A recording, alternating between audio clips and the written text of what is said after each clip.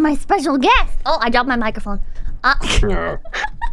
Meow! And I'm not just making a noise. That's your actual name, right? Tell us your name. Yeah. So, I'm Miao, everyone. I'm the former CEO of 𝑒𝐡𝐴 TV, as some of you probably already know. But yeah, I'm gonna basically be talking about, how I started and also failed a VTuber agency, which is nice. Well, you say you failed. Was it like a burning trash fire, or was it like a quiet fade? Oh no, I'd say it was more like, a very, very, very terrible wildfire tornado, like fire tornado sort of stuff. Yeah, maybe something like that. Oh, it was a pretty bad fail. Jesus. But yeah, it was quite bad. Oh man. But I mean, along the way, I'll explain why it happened. But yeah, I think you'll understand it wasn't just my fault. But just to clarify for everyone, that when I'm talking about staff, I do include myself about this. So when I say that the staff is the reason, in a way that the company failed, I actually am talking about myself as well, but not just me. Just to clarify. I see how it is. Covering your ass. No. I'm just being completely honest. Trust me. Chat says you sound defeated. Would you like to tell them what time it is there?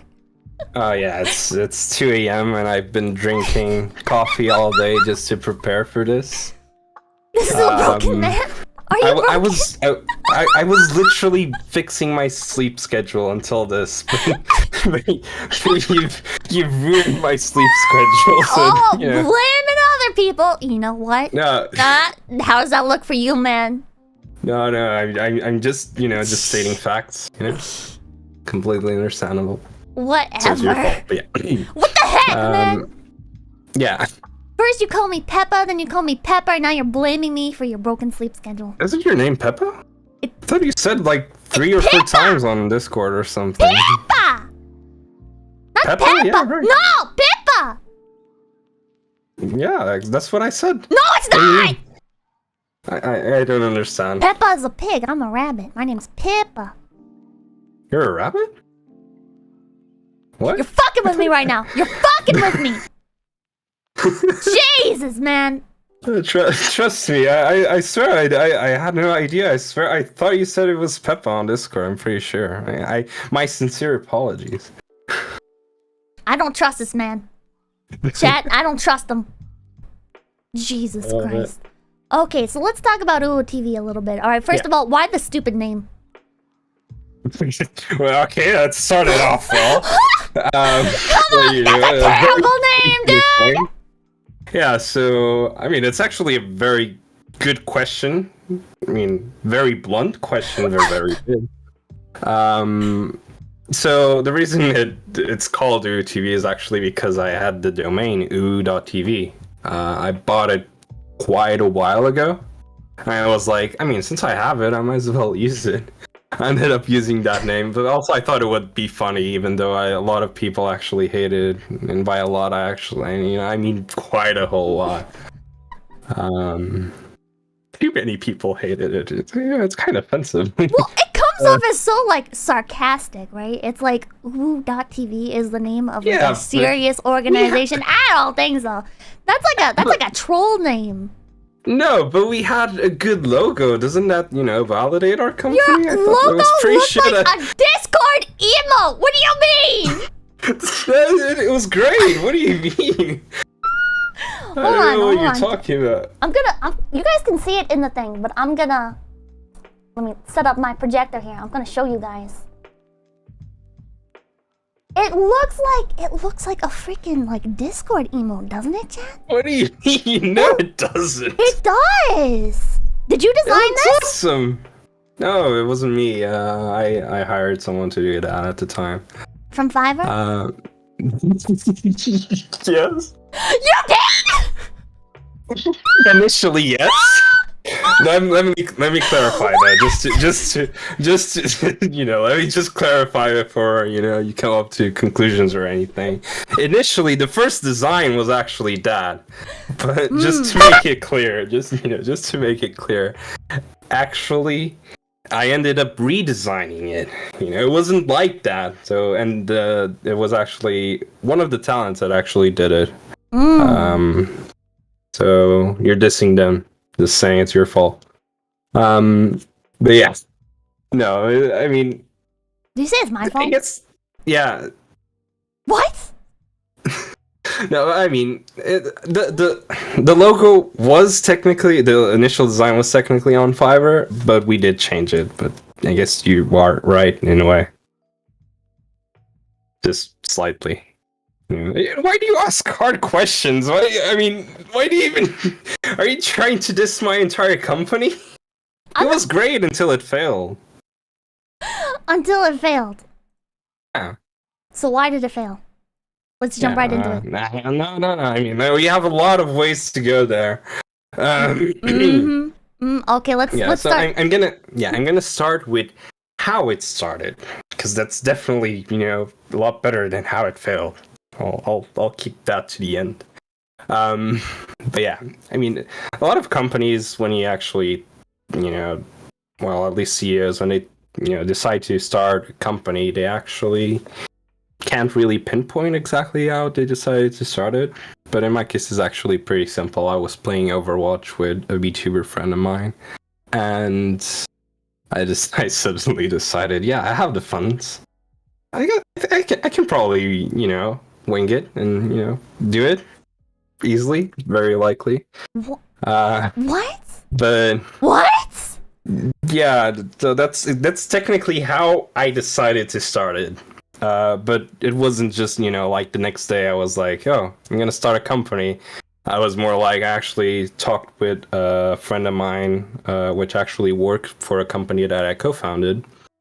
And talked with him and decided to like, maybe we should look into this. This sounds like a good business opportunity.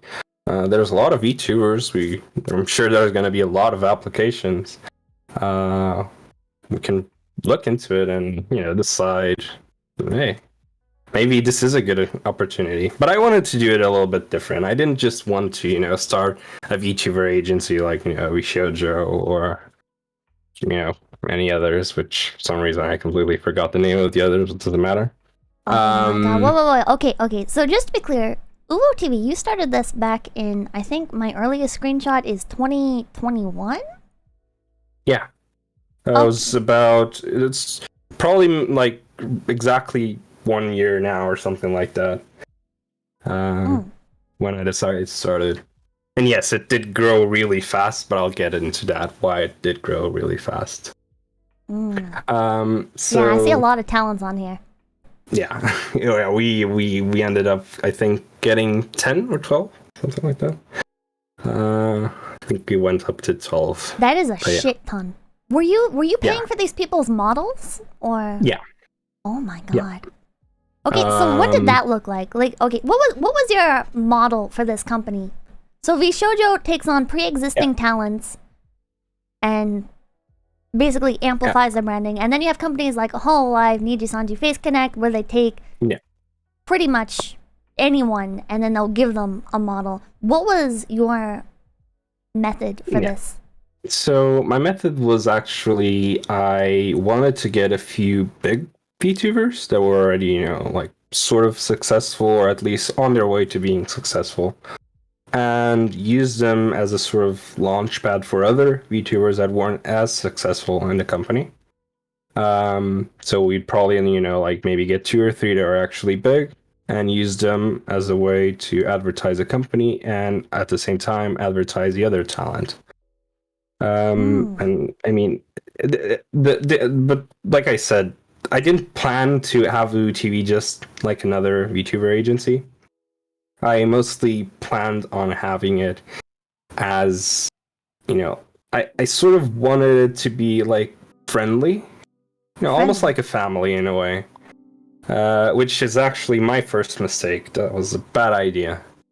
But the reason it's a bad idea is just, you shouldn't really. I guess I shouldn't really have made it that it like I didn't want. It's a business, so you also have to look at the business things, and sometimes things are tough, and you have to either fire people or like tell them that maybe they aren't doing a good job. And that is why it being a family was probably not going to work, but I still was hopeful. So wait, you still had like contracts and everything, right? Like what, like okay.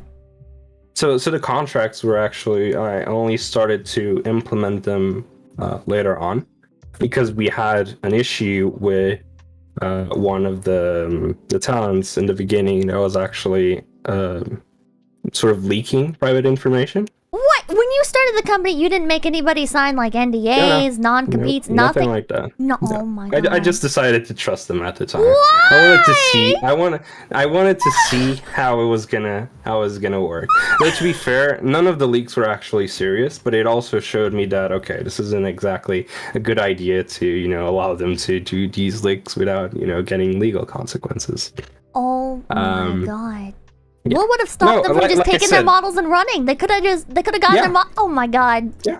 I just trusted that he wouldn't do that. And oh, you poor innocent soul.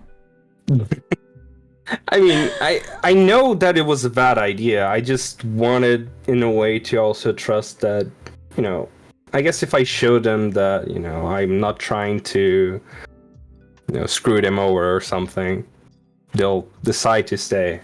Business is business, man. Yeah, but when I started it, I didn't exactly plan on it just being, like just a VTuber agency. I sort of wanted it to be like a family where everyone would help each other, but also get paid in the process. What did that That was look a big like? mistake, of course. Can you talk about that? Like, what were cuts like in the company, especially when there were no contracts? How would you even do like revenue splits? Yeah, but in the beginning, we were still, when I talked with that a friend of mine that worked at the company I co-founded, we decided to, do a base plan on what we wanted to do and what we wanted to offer. But most of like the cuts and all that sort of stuff, we were going to decide later on. So you took people on and you gave them models and you had no idea what you were actually gonna like get back from it? Well, no, I didn't exactly have an idea of what cut we would do. But I did have, base idea of what we planned on doing and how we planned on making money. And what was the plan? So the plan essentially was that we would actually work with, I forgot what software that was, but it was basically a software that allowed us to put ads on the talent's streams, and we could change the ads live and also just rotate them around. Are you talking about the sponsor widget on Streamlabs? No, not the sponsor widget. No, it was a different. No, not that. I forgot what the software was called, but it was actually quite expensive. I looked back at it, but yeah, that's essentially how we would actually make the profit. So any donations, bits, subscriptions, or anything like that would 100% go to the talent. Oh, we would only different. get the ads. Everything else would go to the talent, and then we wouldn't even want to know how much they made. Whatever they make is theirs in terms of donations, bits, or subscriptions. We would also make money from merch. I forgot to mention that part. So merch and ads, essentially it. Did you ever produce any merch? We didn't. Well, the company I co-founded actually did. So we were sort of thinking of basically joining it in a way. Actually, that company that I'm talking about, we used to work with Project Melody in the beginning. Oh. And yeah, like right in the very beginning, we were the ones. I mean, if you check her Twitter, you can probably find the tweet. I don't have it right here right now, but we did work with her with the initial merch. The first merch that came out for Project Melody, me and 3 other people actually worked on it, and also did the shop to actually produce the merch. That's pretty neat. And that's essentially how I wanted, in a way, to get money out of 𝑂𝐡𝐴 to pay everything back, and also pay the models. Actually, I have the list here of the things that we planned on doing. So hardware and equipment funding necessary for streaming, support and brand empowerment, like original songs, videos, covers, art style, etc. Funding and support for social media promotions, like campaigns on Twitter, Instagram, TikTok, that sort of stuff. We would fund all of that. We also gave them complete creative freedom. We generally didn't really care what content they would do, as long as it didn't, make our sponsors, mad at us. So there was technically a limit, but, just try to not annoy our sponsors. That was basically the deal that we had. We also offered assistance with software for streaming, in case there was basically tech support in a way. We also actually offered a monthly budget for spending on games or entertainment, which was €6 per month, for not only for the talent, but actually for the moderators on Discord, and for everyone in the staff. They would get €6 per month to spend on technically anything they want. But what is €6 in real money? Well, technically, if you mean USD. US dollars is actually 60 USD right now, because it's the exchange rate at the moment due to inflation and stuff. So it's literally the same thing. So that's like 1 game a month. Like one big game. Yeah, I guess you could say. I mean, we would any games used for streaming we would fund. I just mean this, for example, if you just wanted money to, I don't know, a Netflix subscription or something like that. I don't know. So you're basically offering this is an extra. Well, not necessarily. This was just an extra. Oh. Why were you paying moderators, though? Oh, just to, keep them happy. They do it for free, though. Yeah, no, that's true. They do. But at the same time, I didn't really they are technically doing quote-unquote job, not exactly, but I guess... You have a very evil-looking avatar, and this whole mess makes you look like a giant villain, but God, the way you're describing it, you felt like you had to pay the moderators? That's extremely wholesome, man! No, but I mean, the reason that the reason I did that is just, I wanted them to, feel part of the family in a way. So... Because, I said, I wanted it to be a family, not just a VTuber agency. That's what I meant. I wanted everyone to be happy, and that was probably, another big mistake of mine. I shouldn't have, decided to, try to be friendly to everyone, because, like I said in the beginning, we had an issue with a talent where they leaked private info and all that sort of stuff. So listen, it's one thing to be friendly, right? But this is overextending. This is entirely relying on them having perfect goodwill back towards you. Yeah, I mean, in hindsight, yeah, it was a terrible decision. But at the same time, I don't exactly regret it. Oh, you don't? I don't exactly regret it. No, I don't regret anything. Yeah. You'd pay moderators again? Yeah. No, I definitely do that. I mean, we didn't have that many anyway, but... Mods, mute the stream. Mute the stream. Don't listen to this man. You're not allowed to leave.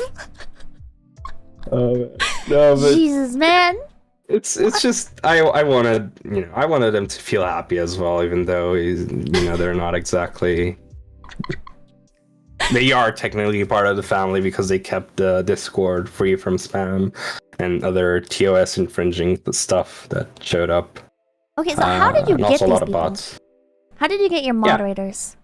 Oh, the moderators actually just, they came from people that the talent knew. So all the moderators actually already known by the talent. Okay. That way we didn't have to, like verify if they were actually trustable or anything like that. But it also came with issues because Yeah, I imagine. some of the talent would probably take advantage of that. I didn't exactly know if that ever happened, but yeah, it's there's a lot of things that I did wrong business wise, and I understand. But at the same time, I just wanted everyone in general to be happy, I guess. So,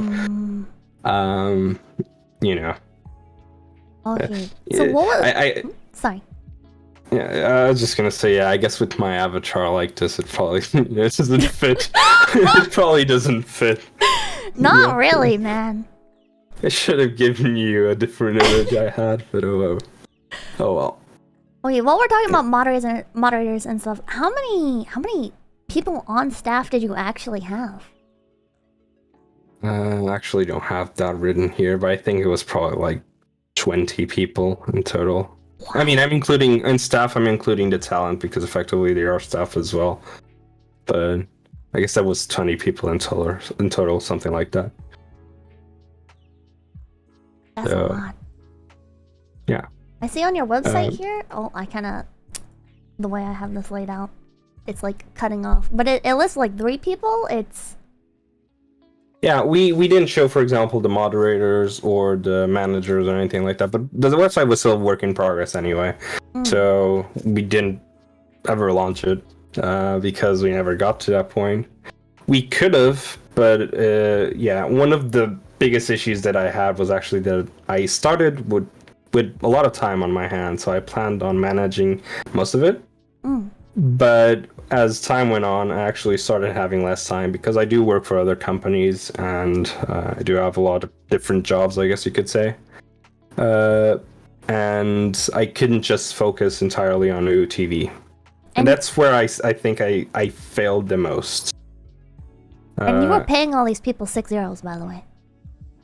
No, I was actually paying more, for example, for the social media manager and other people, to manage the actual talent and all that sort of stuff. Before the company even started, I was already doing that.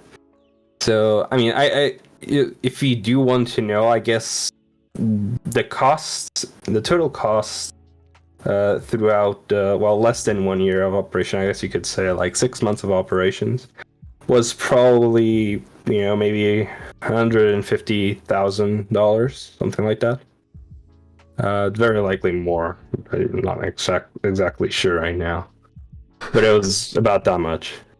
What was your initial investment into this company? Did you have any investors or? Yeah, no, it was just me. It was all out of pocket. So I planned on using max 100K per month, per year. I mean, not per month. Oh god, that would have been terrible. But 100K per year. I ended up going in just 6 months. I ended up going over it. Yeah, no shit. Holy. So I did have a financial manager. Where were they doing this? But I also usually used to just spend the money whenever anyone asked me, like if they needed. It's actually a fun story. No. There's nothing about this that's gonna be fun. I just know it. No, oh it's funny. My god, it's fun. It's funny. Oh not funny, my god. Funny. There was one point where there was a talent that kept asking me for food. Like actually buying Uber Eats and all that sort of stuff. And I ended up I did end up doing that occasionally. So. You were getting used, bro. Yeah, shit. I guess you could say that. Oh my god! I sort of expected that, though. So I wasn't exactly, worried too much about it. What do you mean you were worried about it? Well, it's fine if I lose the money, though. It's fine. Not for a business. Dude, no, obviously not for a business. No, but I mean, it's fine if I lost the money. So I wanted to also get, an idea of how the the market for VTubers and everything also worked. And also the best way I ended up deciding to do that, which was also the easiest, was just try to please everyone to see how it would work out. Yeah, no, I'm looking at the comments, and yeah, I do understand. What? No, it was a terrible business decision, and that's why I also used my own money. I didn't, I did at one point when I started deciding to actually, okay, now that I have a feel for it, I want to actually, start locking things down. That's, I guess, another mistake, because when some of them actually, they were getting used to the fact that, they had all the money they basically asked for, any VTuber model, or art or whatever, I'd pay for it. So when I started actually locking it down and limiting it and stuff, they actually got really upset, which is understandable. No, it is not understandable. No, it's understandable from the point that they were already getting used to it, so No. done it sooner. No. What the hell? They're not children. They're not children, Meow. They're grown-ass adults. This is a job. What? I mean, yeah, I get what you mean, though. Yeah. Oh my god. And it's... I mean, I've already said this many times, so it's obviously a terrible business decision to do a lot of the things that I did. But yeah. What? But at the It's same wholesome, time, but no. But at the same time, it's not. I also learned a lot from it, so I'm not exactly upset over anything of this. that is, dude, you could have gotten like a college degree. That much money? I mean, with that much money, anywhere in Europe, you could have gotten 1,000 college degrees, so that's arguable. I'm in America. You only get one. Sorry. Yeah. Yeah, I understand. Oh my god. But yeah. But you don't regret it. No, I don't regret it. It's just, I mean, it sucks that it failed, but essentially that wasn't the reason that it failed. It's just mistakes that I shouldn't have done, but it wasn't the reason that it failed. I actually, after we had a solid plan exactly on what we wanted to do, the cut that we wanted to take, and all that sort of stuff, and like our business plan, we also had like talks with investors at the time. I did talk with the CEO of Faku. I don't know if you know what that is, or can you who explain? that is. Just for everybody. You okay? So Faku is hentai company. Go into detail. Yeah, and I was gonna work with them. Yeah, anti-publisher. Yeah, exactly. Yeah, I was gonna work with them. I talked with the CEO at the time. But yeah. For Uwu TV? Yeah, for Uwu TV, which is funny because of the name. Yeah, okay. I know that. So I know. There's layers to this. So first of all, you were gonna rely primarily on advertisements in order to get money back into the company. Yeah. But you were gonna go into the adult industry as well. Yeah, but not explicitly. I mean, show it on streams or anything like that. But for example, for merch or anything that we could in any way advertise Faku without violating the TOS, we were planning on doing something like that. But yeah, we didn't exactly get to that point, but yeah, okay, there's like a lot what? of things we didn't exactly do, but we did plan a lot of things. What kind of merch?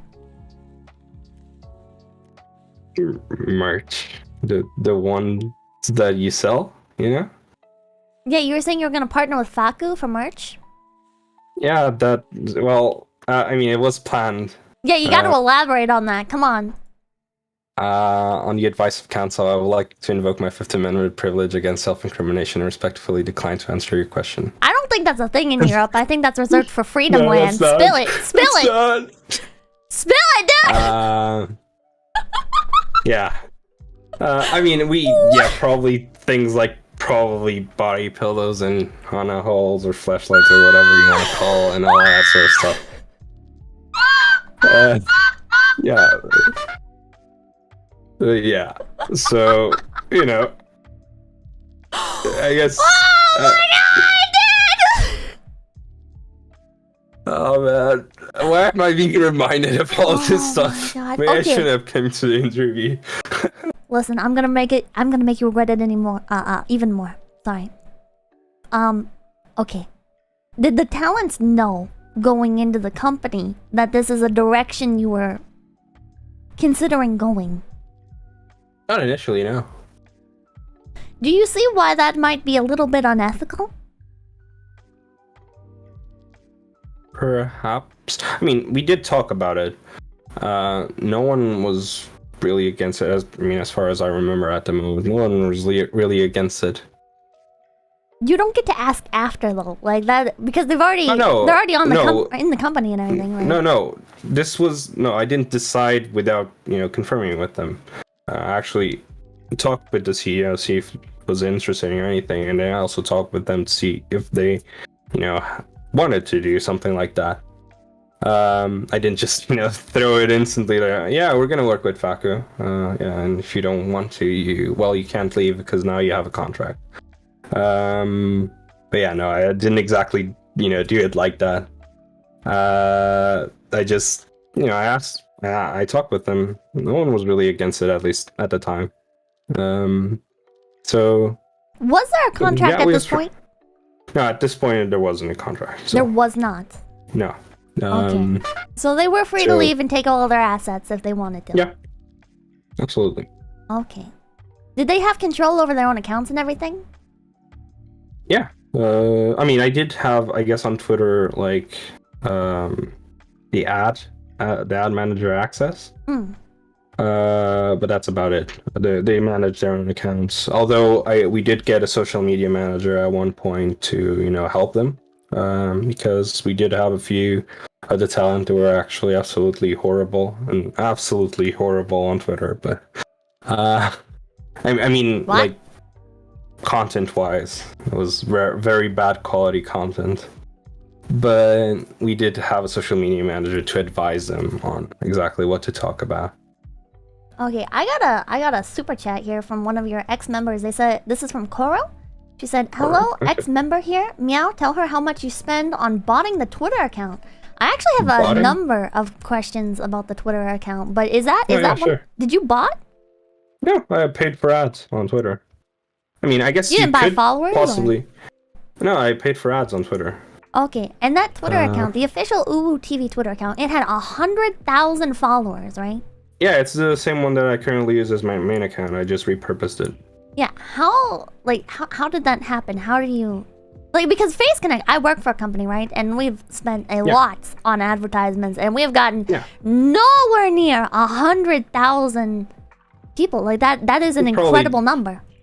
I mean, not dissing your social media manager or whoever is taking care of like the Twitter ads or anything like that, but you can optimize it, to engage with, the proper, the proper audience that you're looking for. And once you do that, you can, lower the cost a lot and get a lot more out of your money on ads than, just using the automated formula on Twitter. I did learn about doing that, by manually doing it a lot of times, using just, my own money on my own account. And that's essentially how I basically learned about that essentially. But I mean, I guess you could say almost that it is. A lot of them are bots, just because of the fact that Twitter seems to be mostly bots. I don't know if you're also aware of like the Elon Musk thing with Twitter. Yeah, so I mean, it does apparently seem like a lot of Twitter is bots. So I do feel a little bit scammed out of my money there. But yeah, it wasn't purposely bought it. At least it was just ads on Twitter, 100% ads. So to be clear for chat, so you did not pay for bots, but through advertising, you may have accumulated bots because of Twitter's essentially having a high bot population on their website already. Yeah, that's essentially it. Okay. So did the Twitter account ever get suspended, or? No. And how much did you spend on that? I don't know, actually. I'm just gonna check real quick. You don't even know? Oh my god. I mean, I don't remember specifically, but I can check. Yeah, so we probably spent maybe 15,000 on ads. $15,000? Or euro? On ads. Well, I mean, effectively right now it's the same, but yeah, it was euro.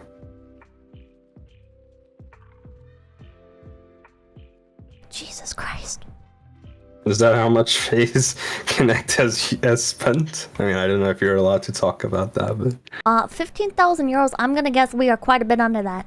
Maybe. At least on Twitter. I don't think we've. Oh man, I don't know. Chat saying that's $30,000 USD. I mean, maybe at the time, but right now the currency I believe is exactly the same. Jesus Christ. I'm gonna check. Yeah, it's essentially the same right now, the currency. So $1 is essentially €1 right now, or vice versa. Okay. So I also saw scrolling through the dead remnants of deleted tweets to the best of my ability. You guys were doing things like Discord Nitro giveaways and... Yeah. Do you feel like that might have boosted your numbers a bit artificially and maybe not actually led to any growth for your talents? I think, well, we didn't exactly do it specifically for the talent. It's mostly the company, so that we would get more people to look at our account and also at the same time advertise the talent. But we did do a few Nitro giveaways, but I don't think they were very successful. At least on getting a large amount of people to actually join our Discord or our Twitter or anything like that. I mean, it did get a bit of people, but not that much.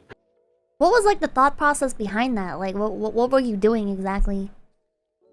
It was just like I said, we were trying to just get more people to join our our Discord, on Twitter. They had what were the rules for these giveaways? I guess I can't see the original tweets. So was it they had to be at least on the server for I don't remember exactly, but it was maybe a week or something before they were eligible for the giveaway. It was something like that. But yeah, at the same time, the reason behind it though is that when people see large numbers, they do tend to think, okay, that's definitely big considering how many followers or members it has. So it also looks really suspicious. It looks really suspicious too, though. Yeah, I guess you could say that. I guess it. No, I guess it looks suspicious, yeah, but it's. I just mostly thought about the fact that when people look at numbers, it's it's big, it's probably nice. It's usually what people think. It's not exactly proven science, but it's it's about it. Would you say that you felt like at the time the numbers reflected the engagement you were getting? At the time, maybe not as much, but although when you have a lot of followers, for example, on Twitter, not really a lot of them actually interact in general, even on relatively big accounts. I guess you could, for example, look at Elon Musk. He has over 100 million followers, but probably only 100,000, which is a very small fraction of his followers actually interact with his tweets. So it's not exactly it was small compared to, you know, the number of followers that we had, but it wasn't exactly bad. I'd say it was, you know, decent engagement. It just wasn't, you know, out of this world. For example, we had at one point we almost surpassed 𝐿𝐴𝐿𝐿. Is that how you say it? 𝑉shoujo? Yeah. Yeah. Yeah. Okay. I actually never thought about the name, but yeah. We actually ended up surpassing their numbers at one point. Not in live concurrent viewers though, I imagine. What did the actual like concurrent viewers of your members look like? Well, it was very different from, you know, a few the talent to the other. Some of them only probably had like maybe the highest. Yeah. I think. I mean, I guess I don't know. The average was probably like pretty highest one was probably like 300, 400 viewers, something like that, on Twitch. We didn't really have many people on YouTube. I think we only had one on YouTube actually. But yeah, that was I think the highest at one point. I might be wrong on this though. I don't exactly have those numbers all here. I'm gonna be blunt, man. It's kind of a bad look. All right. It seems the vibe that I'm getting. You're free to argue this. It's why I'm saying it. But it kind of felt like there was more of a focus on a artificial sense of success and like the feeling good, having your talents happy and everything, versus like actually providing them with a good foundation, if that makes sense. Because 300 viewers for your highest performing talent is not very good at all when your Twitter account has 100,000 followers. No, yeah, but I mean, at the time we wanted to, you know, initially grow the company's Twitter. So that we could use that as a way to, you know, like sort of like launchpad for the talent.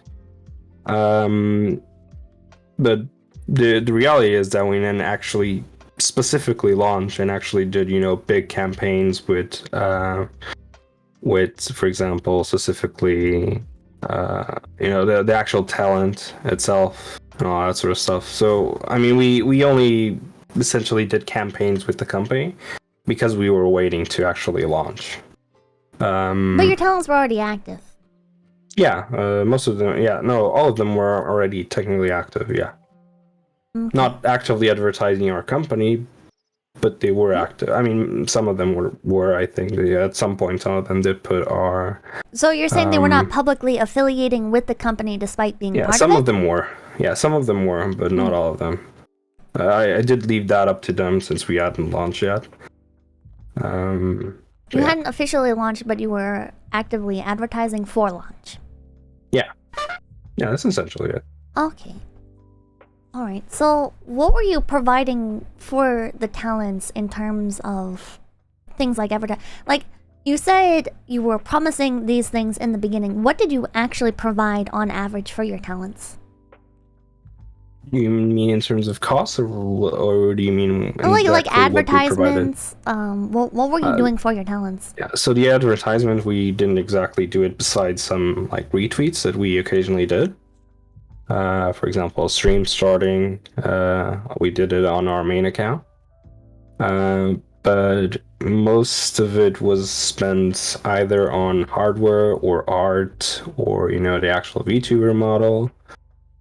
Not on campaigns yet. So you were giving them decent support in general. Yeah, I mean, I guess financial support, I guess you could say. But yeah, like I said, with time, I started to have, you know, as time went on, I started to have less time to focus on UTV.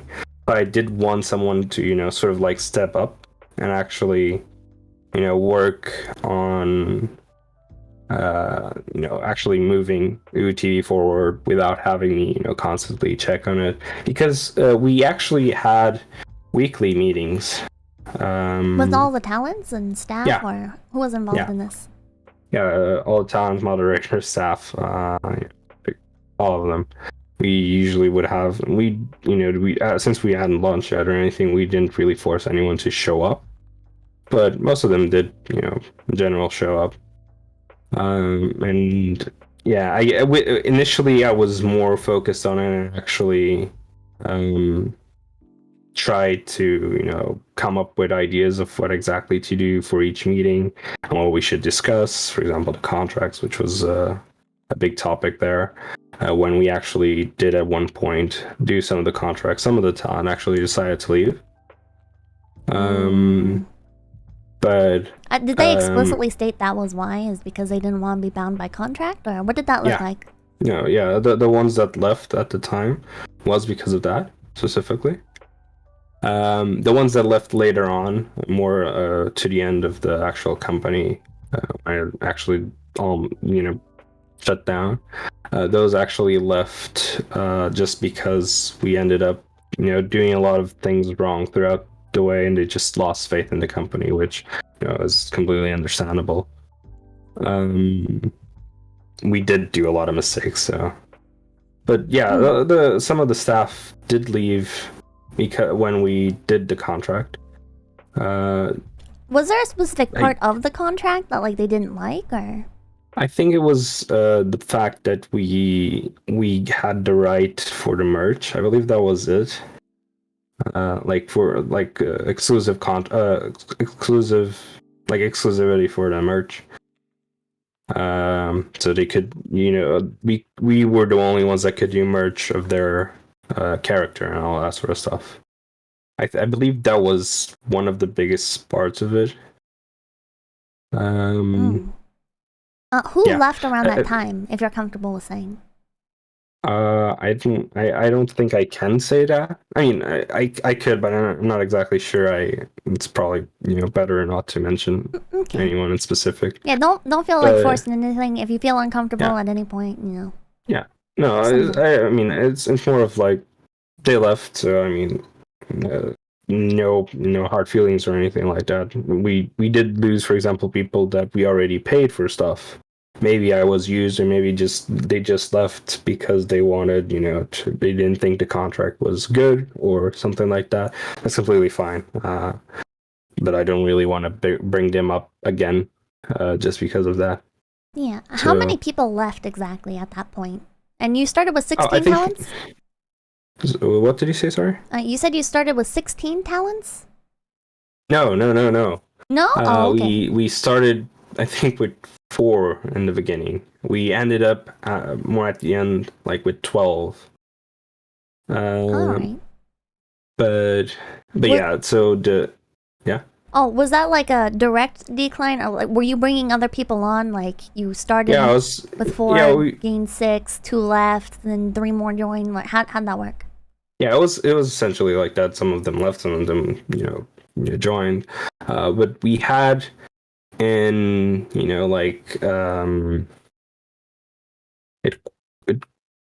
started like when we made our application form for people to apply to be Vtuber, staff, moderator, all that sort of stuff. I think like within the first few days we already had over 1,000 applications, and I was not really expecting that much. I mean, I expected, maybe 100 or something. Were you advertising these auditions? Or I'm pretty familiar with how many applications VTuber companies get, not just with like Face Connect, but like that's HoloLive numbers. Yeah, no, we were advertising the applications. So we were advertising it on Twitter, just using Twitter ads. But yeah, that just in just a few days, I think maybe like 34 days, something like that, we already had over 1,000. And we didn't, after that we stopped, advertising. Actually, we stopped accepting applications just because it was too much, and it was basically just me and another person doing it. Like checking the applications. Actually, at one point, we would spend hours just going through a few of the applications just to see everything, because we actually went through all of them. We automatically, rejected anyone underage or anything like that. But all the other ones, we checked all of them manually. So if any of you have sent an application, we definitely have seen it. I might not remember exactly, but we definitely have seen everything that you sent. Some of the things were cringe, to be clear. But yeah. We got too many applications that we at one point we just couldn't really keep up with it. I see chat like mentioning the whole numbers things. On one of Subaru streams a couple years back, she mentioned that there was 1,200 auditions or something like that at one point. That was back a couple years ago, and so maybe it is better. I don't know if Face Connect got over 1,000 auditions though, and we're pretty well established. Well, maybe that says something about us. Dun dun. One of the funny things is that I actually didn't study too much about VTuber agencies before I starting it. I decided to start it. I decided to just wing it in general. But I don't think it was specifically because of that it failed. How many talents did you go through? Like, it sounds like it was kind of a revolving door almost. I mean, we ended up with 12 at the end, but we how actually many people were there total, in and out? I mean, I mentioned it was 20 in total, including talent, staff, moderators. No, I don't mean staff. I mean strictly with talents. Oh, talent. Yeah. No, it was just. Oh, do you mean even with the ones that left? Yes, I mean, starting from the beginning, how many talents did you have, including the ones that left? So we started with, I think, 4. And I think we went to, I think we probably went through, 20 people. No, it's probably less. It was probably, 18 people, maybe. And you were buying models and assets for all of these people, or? No, most of the ones that left, we actually didn't really pay for anything. So I did, in a way, get lucky there, with the exception of 2, I guess you could say. How many people did you actually buy models for? I can't really say because I don't remember exactly. But it was a few, at least. Give me a vague number, 4 or 5. Maybe 4, I think. 5. 4, yeah, maybe 5. I can't really say for sure. Okay, and you feel was the company atmosphere generally pretty positive? Like you said, you wanted to build a family atmosphere. Is that what it felt like, or? So initially it was. I think but it also was because of the hype. Initially, there was obviously a lot of hype around it, so everyone was, trying to interact and trying to come up with, ideas and stuff that we could do in the future. And I wrote everything down essentially. But yeah, I mean, when it, maybe by the end of it, not the end, the middle of it, it started, getting quite bad. Bad? What do you mean by bad? I mean, there wasn't exactly drama in it, which I'm sure a lot of people, well, not in the middle, but I'm sure a lot of people probably wanted it to be. But it, in the middle, it did, a lot of the people started not exactly trusting me, I guess you could say. Why do you feel like they didn't trust you? I mean, at least that's what I felt like. It was most of it was probably because I delayed the contract so much.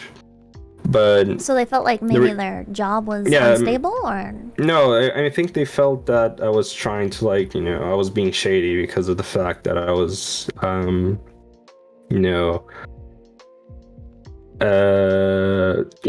to just. I kept delaying the contract. I kept, moving it, the timing, and that was mostly because I wanted to be the one to do the contract, just to, be clear that it was everything that I wanted was there. But I also didn't have too much time to work on it, so a lot of the times I'd end up. Is that the only reason they felt like? You're saying it's about contracts. Is that the only reason that they didn't trust you, or they might have felt uncomfortable? Yeah, I think that's the main reason. just because I wasn't exactly communicating too much. That's probably why. You said there's weekly meetings though too.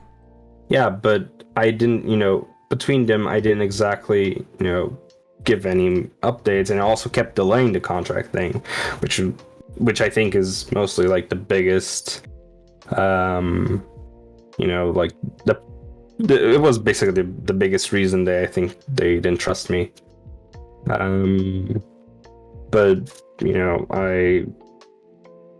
I guess there's probably other reasons. I'm not exactly sure. But I did Were you keeping them updated weekly during these meetings? As much as I could. But I wanted someone to take over anyway. I wanted someone to actually, manage UTV without me, taking care of it too much. So by, I think, September, maybe like end of September last year, I decided to get a social media manager. A social media manager. Yeah, but No, it's just in general. But no, it was. I mean, I'm calling him social media because that was essentially what was planned initially. It just stuck with me. Call him social media manager, but essentially, he did sort of plan on just managing everything in general, like the whole company in general. Yeah, the whole company. Yeah, it was basically for that in a way. That's a lot. That's a lot. Was this guy in charge of like wrangling the talents, like making sure they weren't saying anything bad, or? Yeah, that as well. But that never really happened in general. But that was sort of the plan as well, because we did like each one of the talents actually had someone to manage them in a way. Like a personal manager? Well, but what was their job? Like it was probably like their, I think at the time it was like someone they knew as well. What does that mean? Or someone, someone they knew, they already knew and trusted, just to so we didn't have to go through all the applications to see because to be fair, most of the applications were for Vtuber or talent. Were you paying actually them? very. I think at the time we weren't. It was mostly at the end that I actually got those people, but we weren't at the time. That doesn't sound like you provided them or anything, though. Then that sounds like they already had people that were close to them. Yeah, acting as a manager. Yeah, exactly. No, we didn't provide that. They already came with them, I guess you could say, but not all of them. But the point of the I guess I'm calling it social media manager, but it was sort of almost managing everything. He was supposed to help with everything in general, help the managers that they already came with the talent, and also help the other ones that didn't have their own manager yet. So how many people were actually operating in the company, hired on by you to manage the talents? You mean actually hired? Hired, or just maybe people working for free, it doesn't matter, just people that you placed to take care of the girls. Yeah, well, people that I placed specifically, and the people that I placed specifically, I think were just basically a social media manager, and I don't think we got anyone like that I decided myself. So who were the 16 staff members? Well, when I'm talking about 16 staff members, no, it was. Did I say it was more? I think it was 20. I thought that was 20, including our. Well, yeah, including the talent, I guess. Including the talent. When I said 20, I meant everyone in general. But yeah, yeah. So we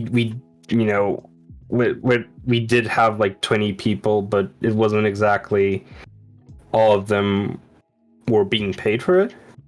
Some of them were sort of volunteers. Well, the moderators essentially just got the €6 that I mentioned, the monthly budget. Alright, so how many people were there on staff? Yeah, I mean, on staff specifically. Staff specifically.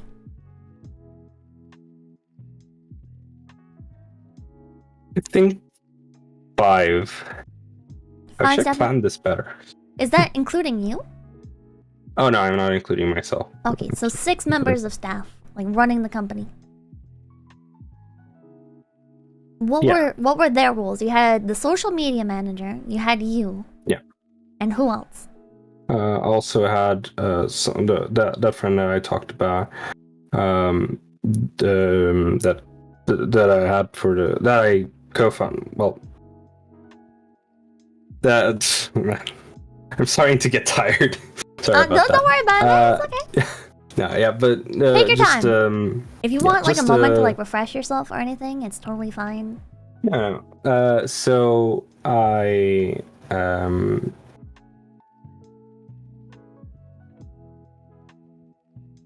yeah, maybe I just need a slight moment.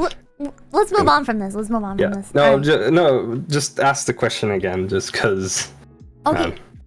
Who were the people you had on staff? Like, what were their jobs? You had 6 members of staff, including you. What were they doing?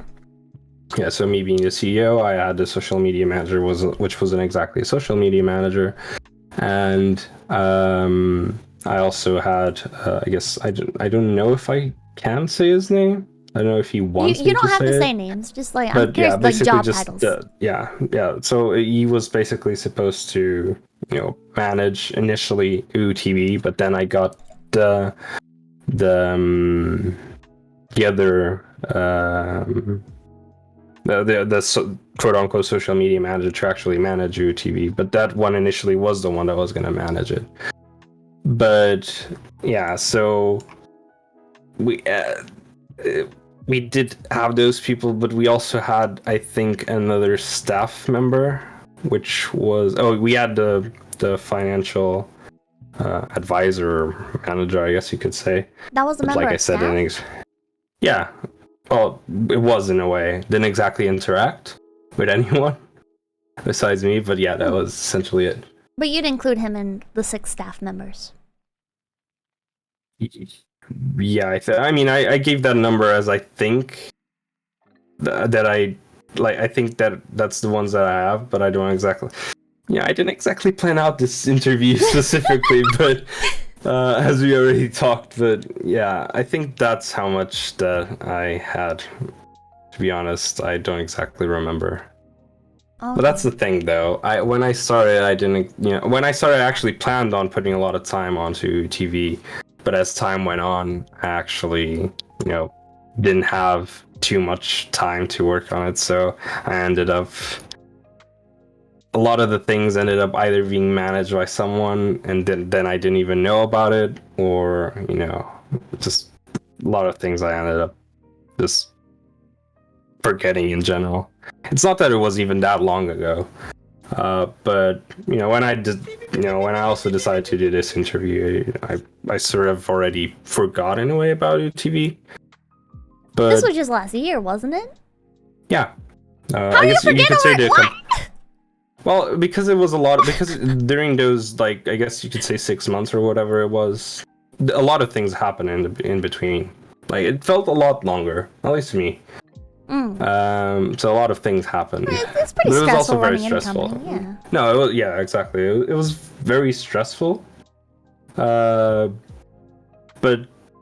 I knew it was going to be stressful when I got into it, but I should have known how stressful it was going to be. You don't regret it though.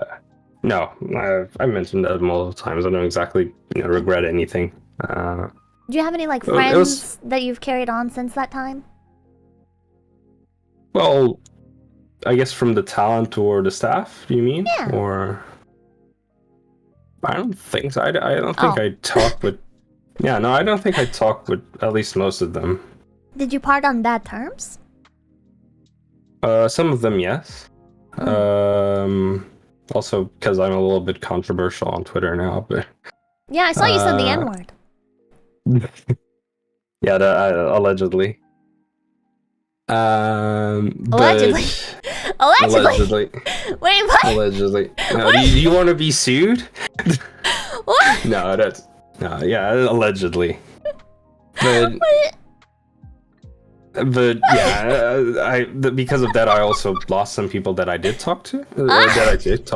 Yeah, but it's not that exactly I talked with that many. I guess maybe like I've probably like sent maybe 1 or 2 messages to '𝐴𝐿 with like in the past, like, well, this year. I mean, I don't really talk with a lot of them, I think. Are you close with 𝐿𝐴𝐿? No, I mean I don't think we went we stopped talking like on bad terms or anything like that. At least I don't think so. But I'm not exactly mad with anyone though, and specifically.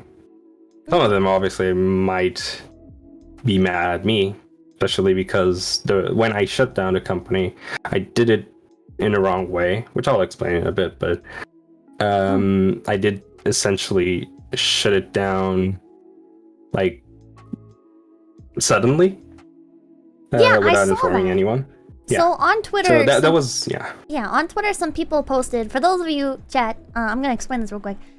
According to the post on Twitter, I have this on my phone, but I don't know if I can transfer it over really quickly. I guess he announced, and correct me if I'm wrong, but this is my understanding of the situation. You posted a sudden Discord message announcing that the company was closing. Yeah. In the group Discord. Yeah. It was I guess our main the not public one. Like your company Discord. Yeah, essentially that. What's up with that, man? Why did you approach it like that? Yeah, so that's kind of fucked. That I wouldn't say I regret. I mean, I can't say I regret anything. I mean, I wouldn't. I mean, there are things I wouldn't do again, obviously, but not exactly. Like. Would you fire everyone over Discord again? No. Okay. No, I wouldn't do progress! that. Progress! That was a bad idea. I admit that, but I don't exactly regret doing anything that I did. It was more just some of the things are not exactly great, but that was the reason that I did end up canceling was also because I guess you could say about my mental health. It wasn't exactly great, and also was terrible. I mean, I don't exactly want to go too much into it, but I guess with stress about everything, including all the companies that I work for or owned, and 𝑒𝐻𝑡V, and also the fact that I already had the idea that everyone was starting to not trust me specifically. I guess it did put me in a bad situation, I guess, mentally. So do you regret maybe not taking or hiring people on who would manage the company aspect for you? Can you ask that again? Do you regret not taking people on who would like manage the company for you? Right, so it sounds like you were over involved with the company and it was taking a toll on your mental health. Yeah. So I should have gotten someone to take care of 𝑉TV, like especially earlier. But yeah, do I say I regret it? I mean, I learned from all of this either way, so I can't exactly say I regret it. But I also, I think that I could have done a lot of things better, which I've learned from it now. But if I do plan on probably starting something again. Would you hire a manager in that situation? Yeah, so I definitely hire someone to take care of 𝑒𝐻𝑡V for me. Would obviously supervised by me. So you play more of like a backseat role in your next company. Yeah, all right. That's essentially what I plan on doing. I don't plan exactly on interact too much with anyone besides, maybe funding and all that sort of stuff. But that I do plan on at least getting someone trustable to do that, which is, essential, especially if on such a, important position. I also don't really want to do most of the mistakes that I did. What would you say were the biggest mistakes that would help you now going forward in your next company? Like there's a lot of them, but I guess the biggest one would probably, like I said, just get someone to actually manage it for me, considering I already knew I didn't exactly have time to manage it. But you were the only one managing it, right? You had your social media I did have the other ones, right? and but I did want them to sort of step up. But that I also admit is partially my fault, because they used to, they would ask me questions about, hey, what should we do about this? So they could get a perspective of what exactly I wanted, like the vision of the company and stuff. And a lot of the times I was actually, I'd take a long time to either do that, or I just wouldn't, exactly. I wouldn't exactly, show them exactly what I wanted to do. Like, I didn't exactly have a vision of what I wanted UTV to be, which is, obviously a big mistake. I won't do it again, but... What was your vision for UTV? Like, what is it you wanted to be? Even now, I'm not exactly sure what I wanted it to be. So you could have told somebody else anyways. Like, you were saying that you weren't, like, giving the guidance on what you wanted the company to be, but you yourself didn't know. Yeah, that is a little bit it. I didn't exactly know it myself, that's the point. So it was all hard to exactly, explain what I wanted it to be specifically, because I just didn't really, know myself. So I usually would give like vague answers, and I expected them to, come up with something themselves, which in hindsight is, not exactly a good idea. But at the same time, didn't exactly have like the, for example, I guess social media manager, quote unquote, was basically just getting paid to basically not do anything. So your social media manager guy who was supposed to be wasn't doing anything. And this was the guy who was also supposed to be like managing parts of the company as well. Yeah, and they weren't exactly doing anything. Part of the reason is, like I explained, I didn't exactly explain everything that I wanted them to do. Well, I didn't exactly give them a vision. I mean, I did explain what I wanted it to do, but it's not exactly, they didn't have like the vision, so they couldn't exactly know, okay, this is what I want to do. I'm gonna, look at this and try to come up with a way to make this work out. I didn't give them a vision, so they didn't exactly. I mean, I do blame them for not doing anything, because they could at least, kept managing the company, or at least they weren't doing anything. They weren't managing the social medias. They weren't. No, they were ever since, not to how much it costs. That's just basically what I mean. Well, how much did it cost? I was 5,000 per month. Euros? Yeah. No, it was actually USD in that case. Oh, okay. Okay. Huh, alright. So where would you say the majority, is there majority blame for why the company fell apart, do you think? Yeah, I mean, it's mine. Alright. So I guess, for example, the tweet that I made about the blame being on the staff, I guess I did mean myself as well. I am part of the staff, of course.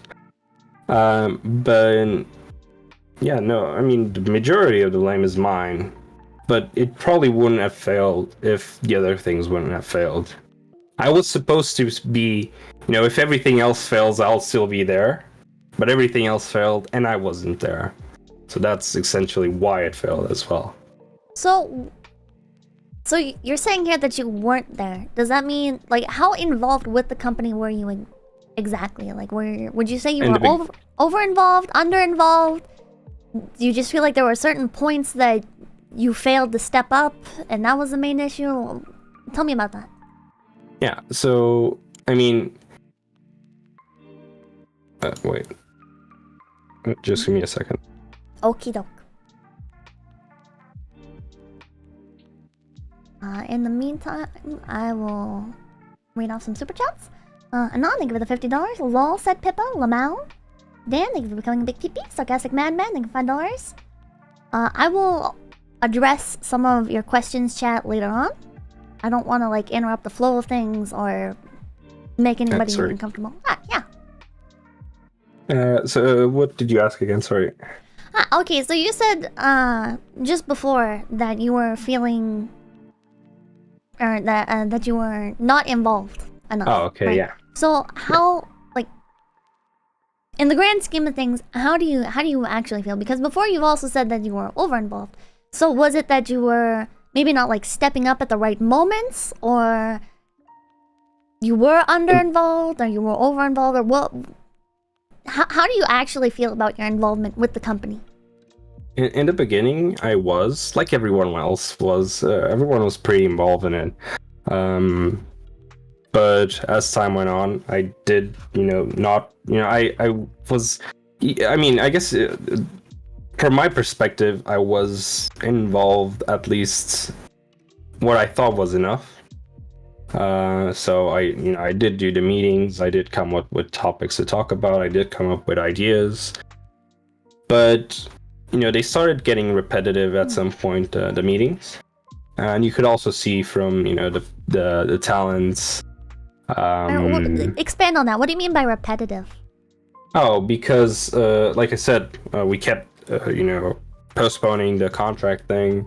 We also, a lot of things, like, for example, I kept telling them about how the website was still not done, even though it was supposed to be done on September. All of that was mostly my fault because I didn't, provide them exactly, for example, the text that I wanted to be on the site. As I showed you, the images, they're obviously work in progress still, and we never finished the website, but we didn't exactly... We kept repeating a lot of those things, so for a lot of, I guess that's also part of why they started not trusting me as much, because I wasn't exactly doing that great of a job. But you felt like you were putting an honest foot forward at this moment. Like you felt like you were doing what you should have been. You didn't feel like you were slacking off, or... I felt like I was, I took on something that I wasn't exactly prepared to take. And I admit that completely. I should have thought about it better before starting it. But once I already started, I wanted to at least see how it goes. See what I can do. But it started being a little bit too much because I didn't have that much time to do all this stuff. So why didn't you just hire somebody else on at this point? Like, I mean, you recognized that the social media manager wasn't actually doing his job according to you. You didn't have any manager set for the talent specifically. Why did you not just go forward with improving the company? Like, why would you... I'm sorry about that. Oh, Susan's cracking the whip. Oh, are we back? The timing. Shut it down. We're back? Alright, sorry. Can you continue? I forgot. What was it? I completely forgot. Man, I mean, you can't exactly judge me. It's 3 a.m. Wait, is it? I can't even read the time. Yeah, probably is. Okay, I was asking you, why did you recognize that the company was having issues, you were having mental health issues. What stopped you from bringing on a new manager? Oh, so... Or somebody to handle this. I was stressed, of course, but I wasn't exactly, at my bottom when that, when the part of the social media manager thing happened. So I did fire... but I mean, like, you shut down the company, you said, because, like, your mental health issues, and it wasn't really going anywhere. So, at that point, why did you not make a change? Why? I just wasn't, feeling like continuing. That's essentially it. I just sort of wanted to give up in general. You had a lot of people counting on you, though. I mean, when you start a company like that was very selfish, I guess, of me, you could say. to want to just shut down and not really care about anything else. Yeah, that was selfish of me. But I mean, I guess in the end, although I do sympathize with, you know, everyone that is, you know, was and is upset that 𝐴𝐻𝐴, you know, closed, and they, you know, they were gonna work on it. They, you know, they had their hopes up and everything.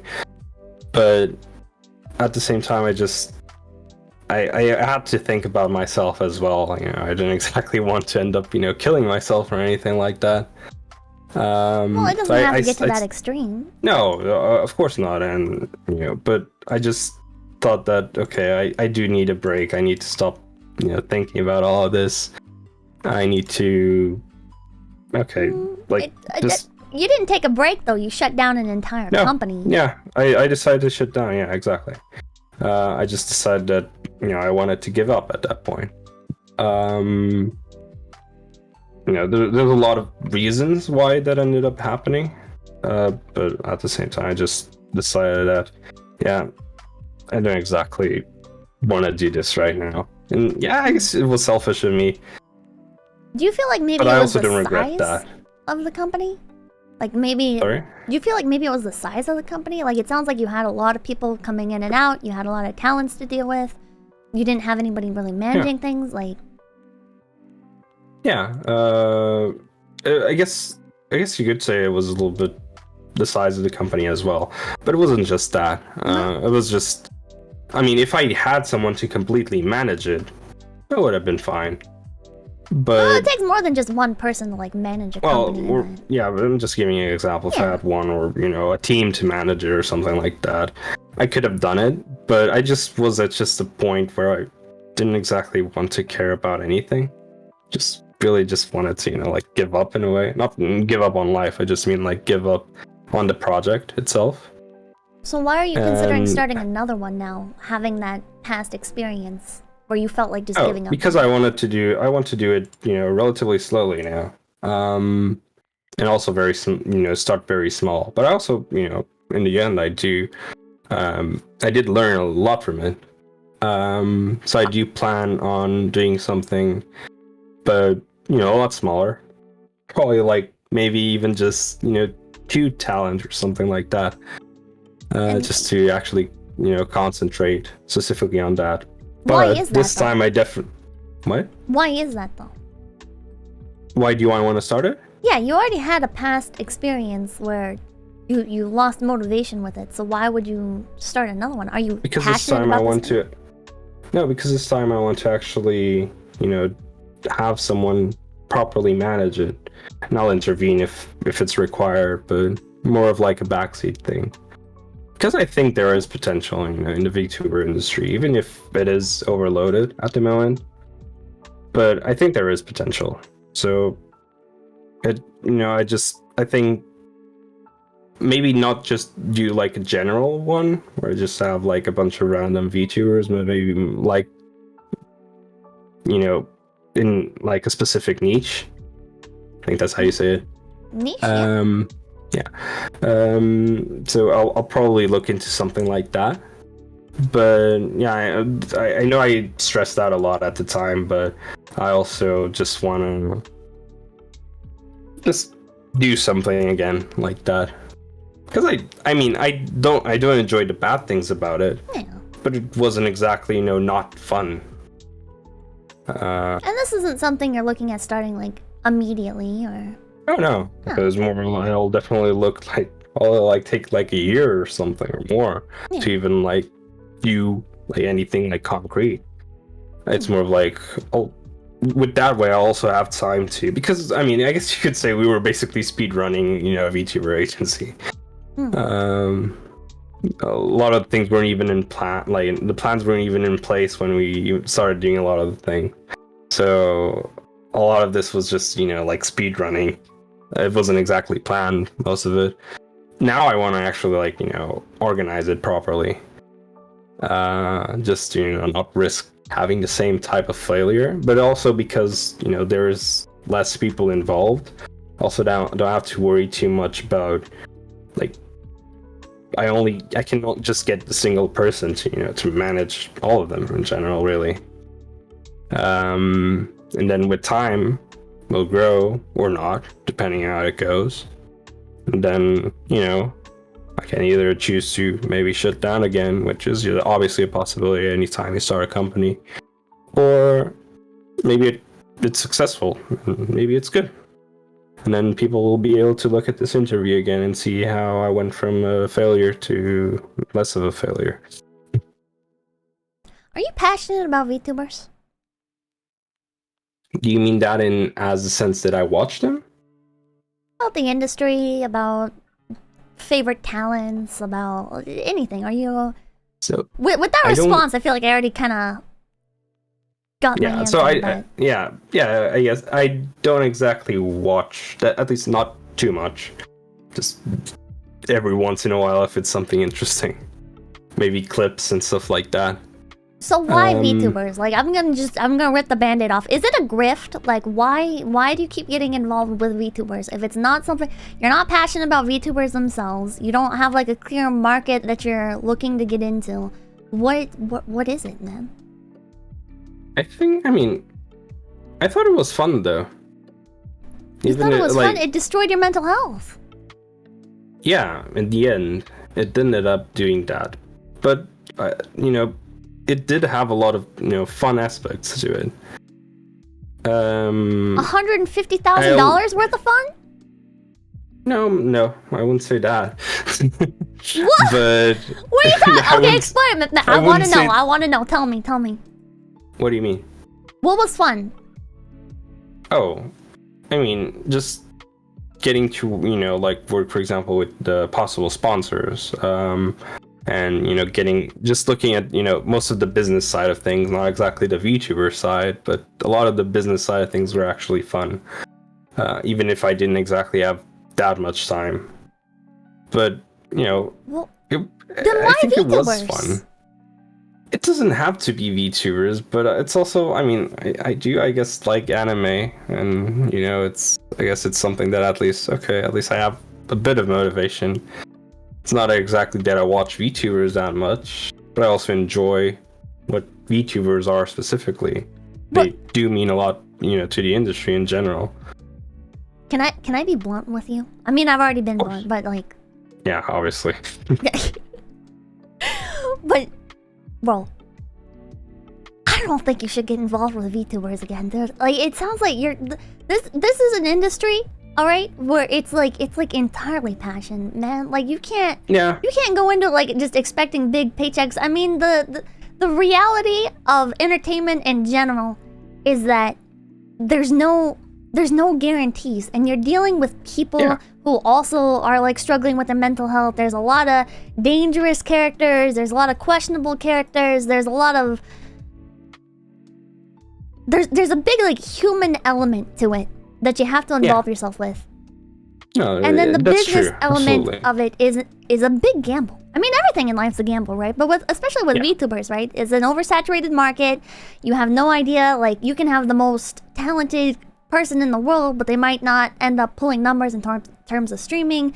Like, why involve yourself with something like this instead of just getting into like investing in like a small manga company or something?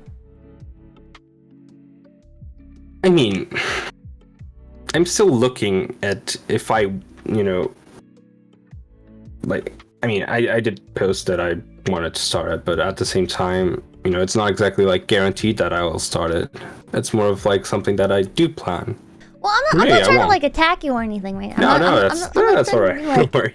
I'm not trying to be mean about it. It's just like, why are you even considering VTubers, right? Like, have you really thought this through, or is it just like it's a flashy thing that you feel compelled to jump onto? Well, it might just be because of that specifically. It just ended up, maybe just coming up into my mind again, and I decided, okay, maybe I want to try this again. Yes, take two. But that's why I'm also giving myself time to think about it, to actually plan it out. In the end, I might not actually end up doing it. It really depends on if I also find the right people to do it, like I said, I probably will take mostly a backseat on it. But it's also something that, I mean, I guess I'd be proud to have in my name. Does that make sense? So it's like an ego thing, or? Yeah, I guess you could say. Not entirely, but also part of it. Would you say that's a good mindset to have when you're having a bunch of people under your control who are already in a volatile emotional state? No, that's not exactly a good mindset to have, no. But, I mean, it's also, you know, it doesn't mean that will be bad. Because like I said, I probably won't be the one actually managing it. I'll probably have someone that actually takes care of that. But why? I just want to know why. I just want to understand why, man. Like you want to like know you just my want like, the thought clout of process, being or? like 𝐏𝐏𝐿𝐽, or is that what you're looking at? Like 𝐏𝐏𝐿𝐽? What do you? Do you know who 𝐏𝐏𝐿𝐽 is? No, I don't think so. Bro. What is your experience with this industry? Do you know like Art Gun? Yeah, I know. You know like Nintendo? It's not coming up to mind right now, but it's probably not.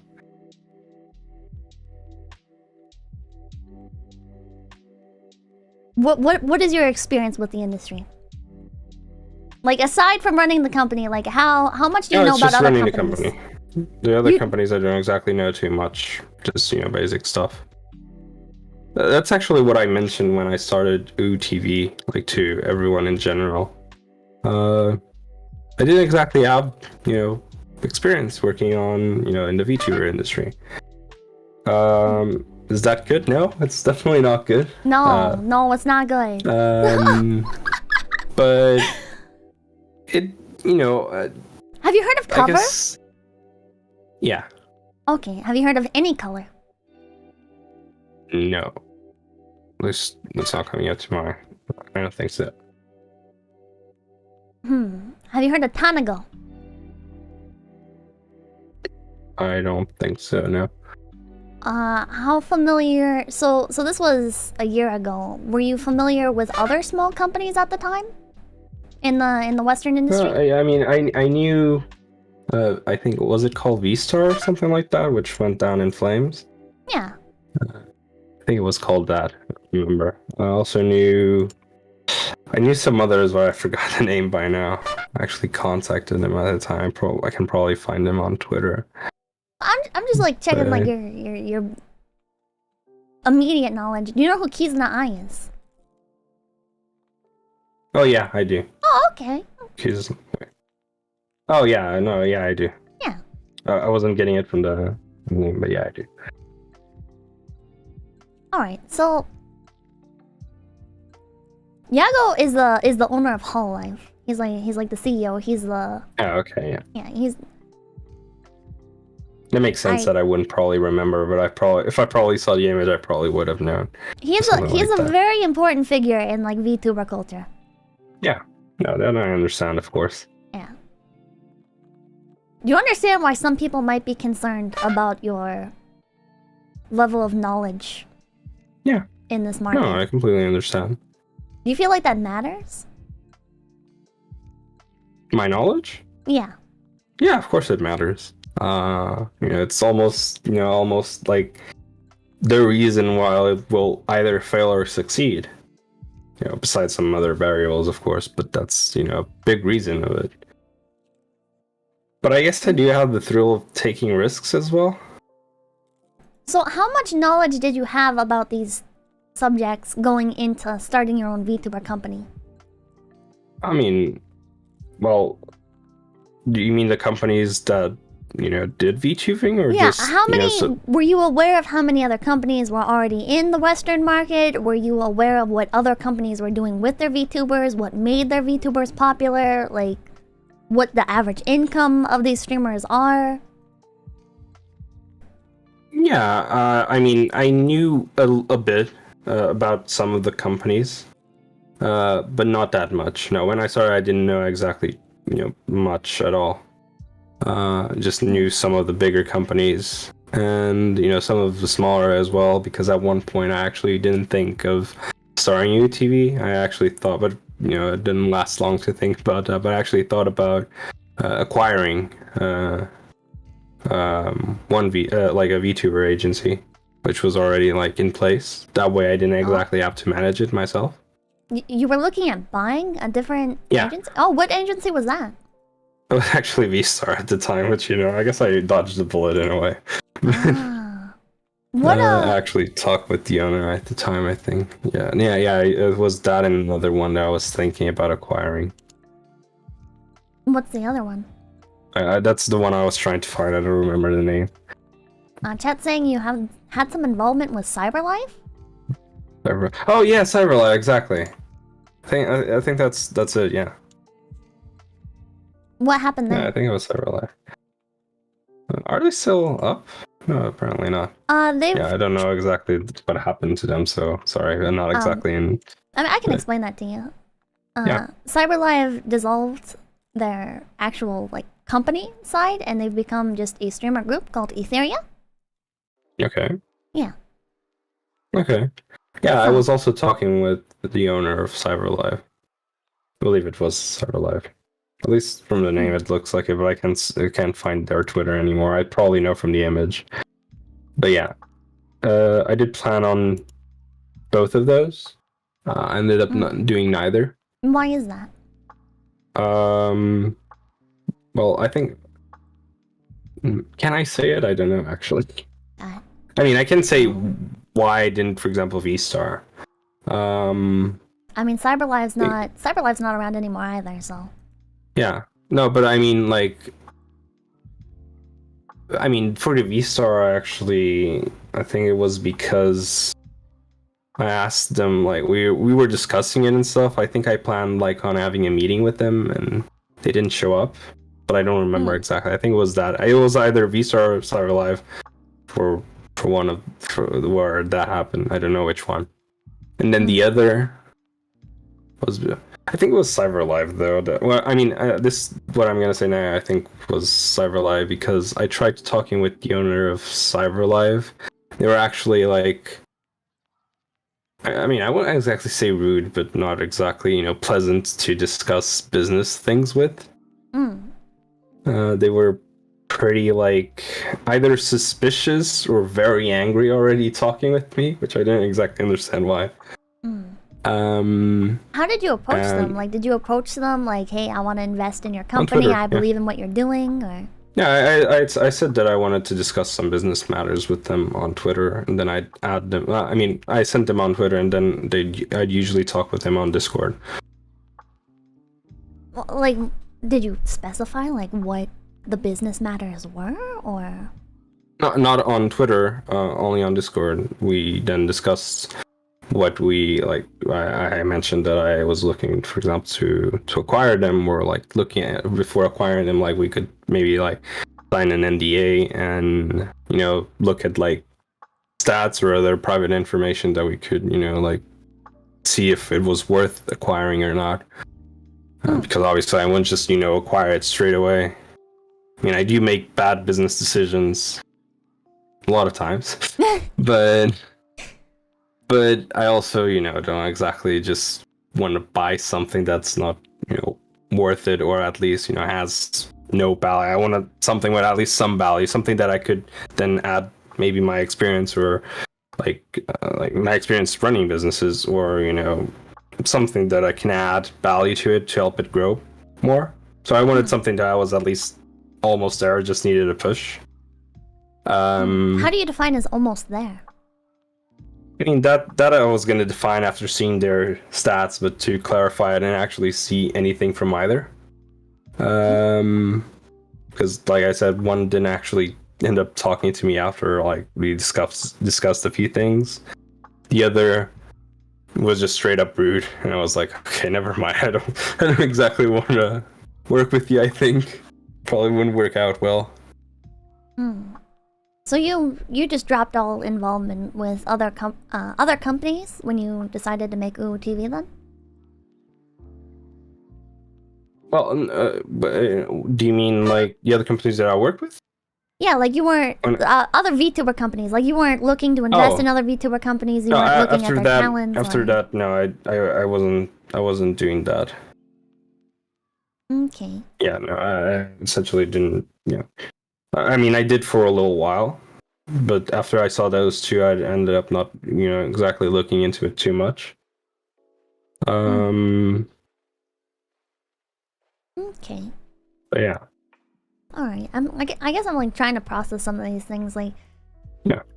I understand my thought process isn't exactly, It's not very perfect. clear, man. Like it's not very clear, but if I'm being honest though, I can't exactly explain a lot of the things of why I did or anything like that. And I just I try to at least explain it. Some of them do. Some of it. Yeah, so, I mean, some of the things that I did were likely just because I wanted to do something. Would you feel like would you say that you feel like you have a clear vision in mind or a clear end game in mind when you take these risks? Well, for 𝐿 TV, I was taking a lot more risks than I usually do with like any other company that I work with or anything like that. I usually I usually actually organize and actually put time and effort into like what my decision or what I'm gonna do before doing anything. But I wanted to do something different for TV because at the same time, if you always do the same thing, you can't exactly expect everyone's like all the other VTuber companies are essentially doing the same thing. So I also wanted to wing it. Is that fair for you to say when you don't watch these other companies and you don't follow them? I just don't. What makes you say that they're doing the same thing? No, I just mean like I don't exactly follow them regularly or anything like that. I do some of the research, and obviously I'm generalizing when I say that. I mean, all of them are doing the same thing. It's not true, of course. There's a lot of unique aspects to a lot of them. Do you actually know that though, or are you saying that because it sounds nice?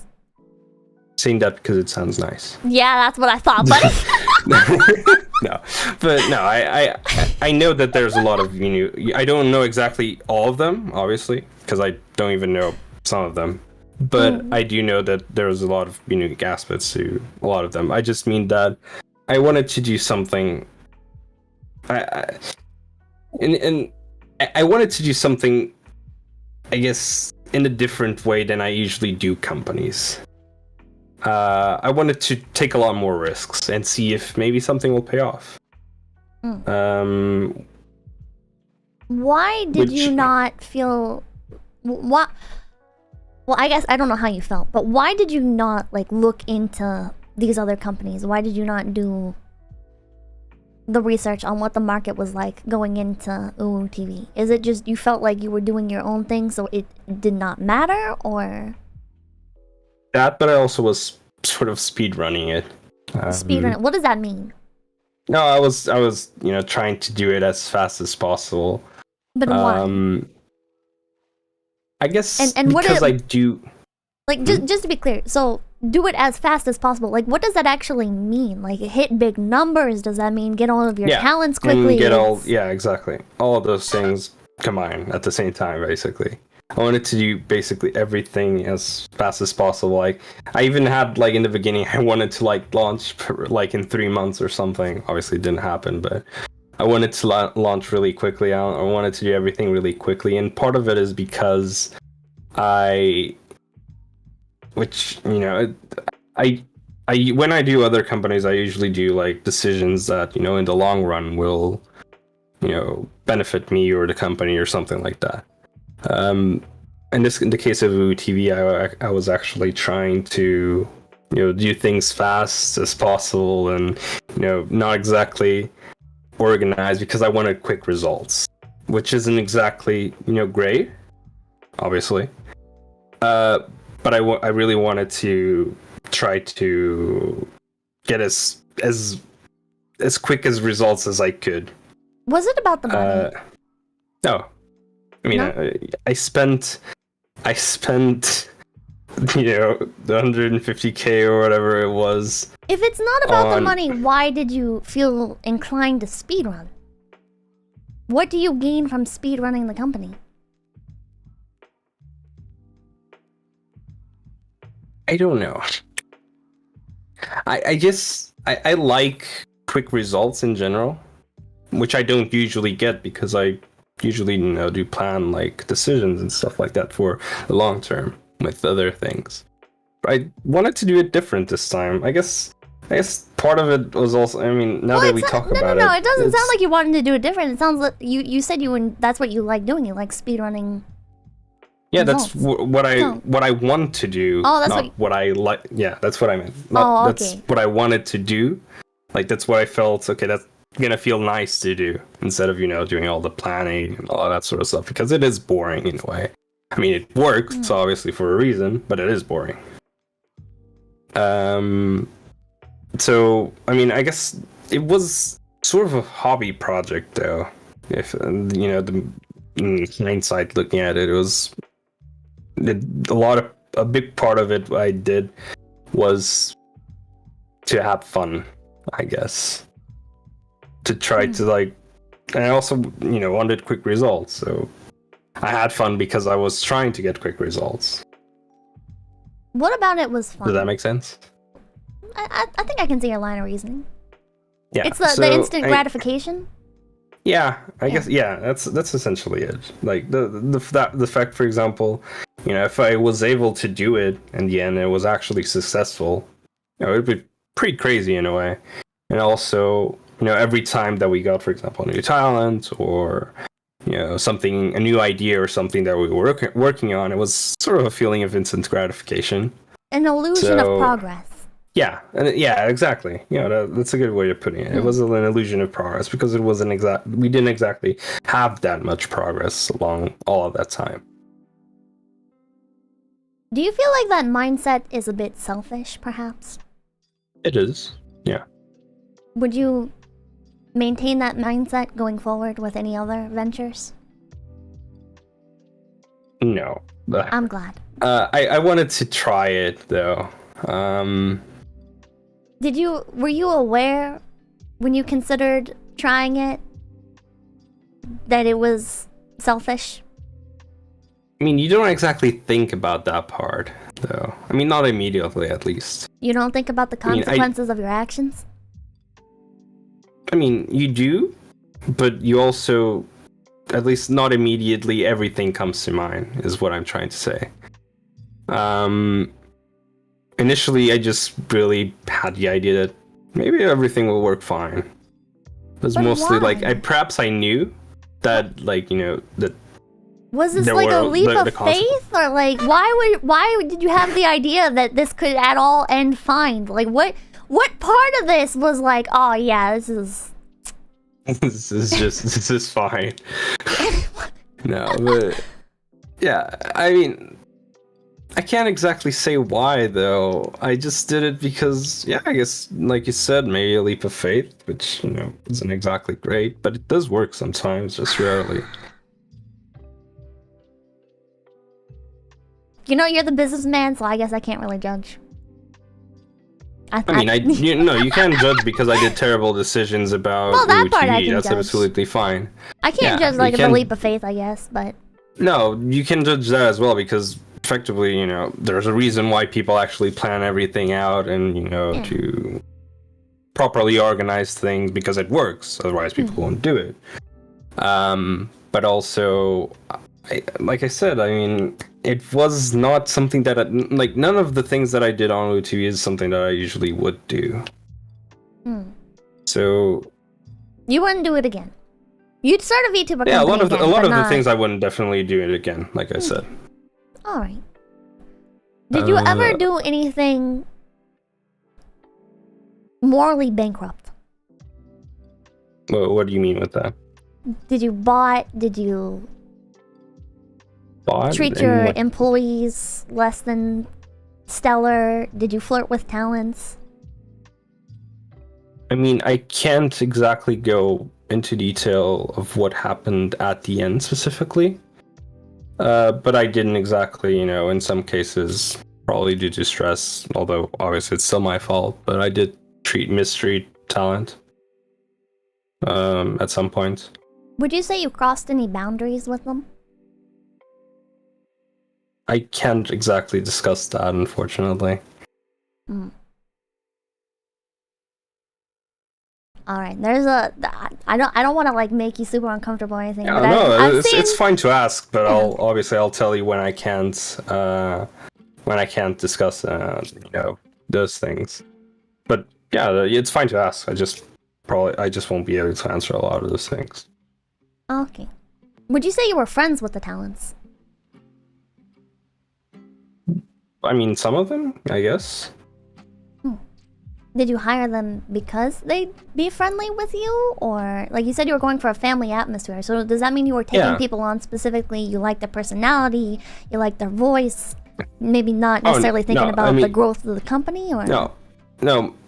I think I can say that essentially all of them, except the ones that I didn't choose, there were some that I didn't actually choose myself. It was the other guy. But the ones that I did choose were specifically because I thought, at least from the content, that it had potential.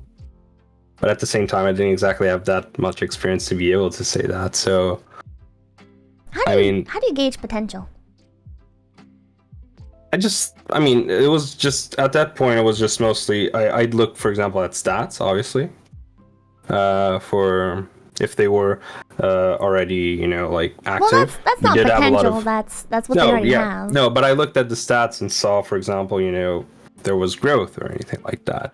I also wanted to know if, like, I'd enjoy that type of content because, I wanted, in a way, I didn't exactly have, like a vision for UTV. Like I said, I did want it to sort of be a family, so I did want the content to at least be something that I would enjoy personally. But you don't watch streamers? Not too much, like I said, yeah. So would you... Like, too much, I guess I could clarify. It's probably like, occasionally. So, how are you gauging them, I guess, based on... How are you gauging their content based on, like, what you would want to watch if you don't really watch streamers? Like, what were you looking for? I'm not, like looking at gacha here or anything. I'm like... Yeah, no, I'm just, like I said, I was just literally just watching the content myself and seeing, okay, this looks good, or at least I think it's good. It's something that I'd like to watch, even though I don't exactly have that much time, but that's sort of how I looked at it. But also most of it was just the stats as well, just looking if there was growth potential, if they were growing, for example. If they were stagnated, I would look at if they were at least, at least a decent size, and then maybe they'll just need a push, something like that. How do you define a push? Like help? Like what? How are you gonna give them a push? Like how are you? Like in advertising campaigns, like brand empowerment, like I mentioned, that sort of stuff, basically. Depending on obviously the talent, but for example, maybe like songs, or maybe an animation for them. But obviously that depends. It's it's on a case by case basis, not exactly like a specific. So you were looking at people's content, and you were, I guess, would you say you were mapping out like a content plan or something in your head for them? Like, this person's got a great singing voice, like, we just need to push that a bit more, and... Yeah, but I didn't exactly write most of that down, besides maybe a few notes. But why is that? Yeah, I guess... Oh, I don't know, I don't know, actually. I just didn't exactly, write a lot of the things down. I used just to, which is a mistake. I definitely should, but I didn't write a lot of things down. I just kept it in my head in most cases. There's no specific reason for it. I just is a good idea that I should. How were you intending on helping them if you weren't planning these things out? Like if you didn't have like a clear path vision? forward. Yeah, if you didn't have a vision. If you didn't have like notes to pass on to other people, like here, let's go this direction with this, like how are you keeping track of that many people, all these different content styles? Like I was just doing it like slowly, just getting a plan as we go. Just slowly, getting ideas of what maybe it could be idea. Like one of the ideas that I had at one point was actually like do a sort of like animation with everyone.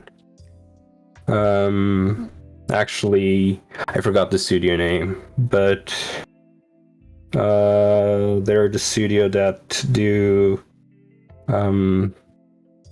Otatane. I think that's what it's called. I don't know if you know. The sassy purple hair girl with drills. Yeah, I think so. Maybe. Yeah, I'm trying to find a name. Like you were looking at hiring that artist, or? No, like the studio itself. To do the animation? Yeah. Why is that? Oh, I just wanted something, like cool at least, because that would bring a lot of hype initially. Why do you say it would bring a lot of hype? I mean, because if it was cool, if it looked nice, well, if obviously... if that's all it took in this industry, then I mean... No, it's obviously not all it took, but that's where, the ad campaigns and everything would go in.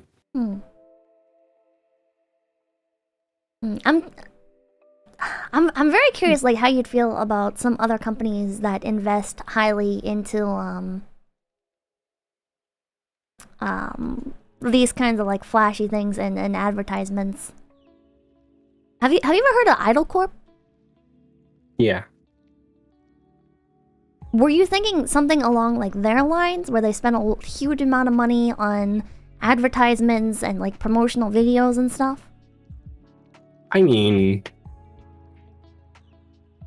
Well, yeah, I mean, I guess in a way. I mean, for example, I guess if you look at Shoujo more recently, they also have done some, like, advertisements on actual, like, those ad displays.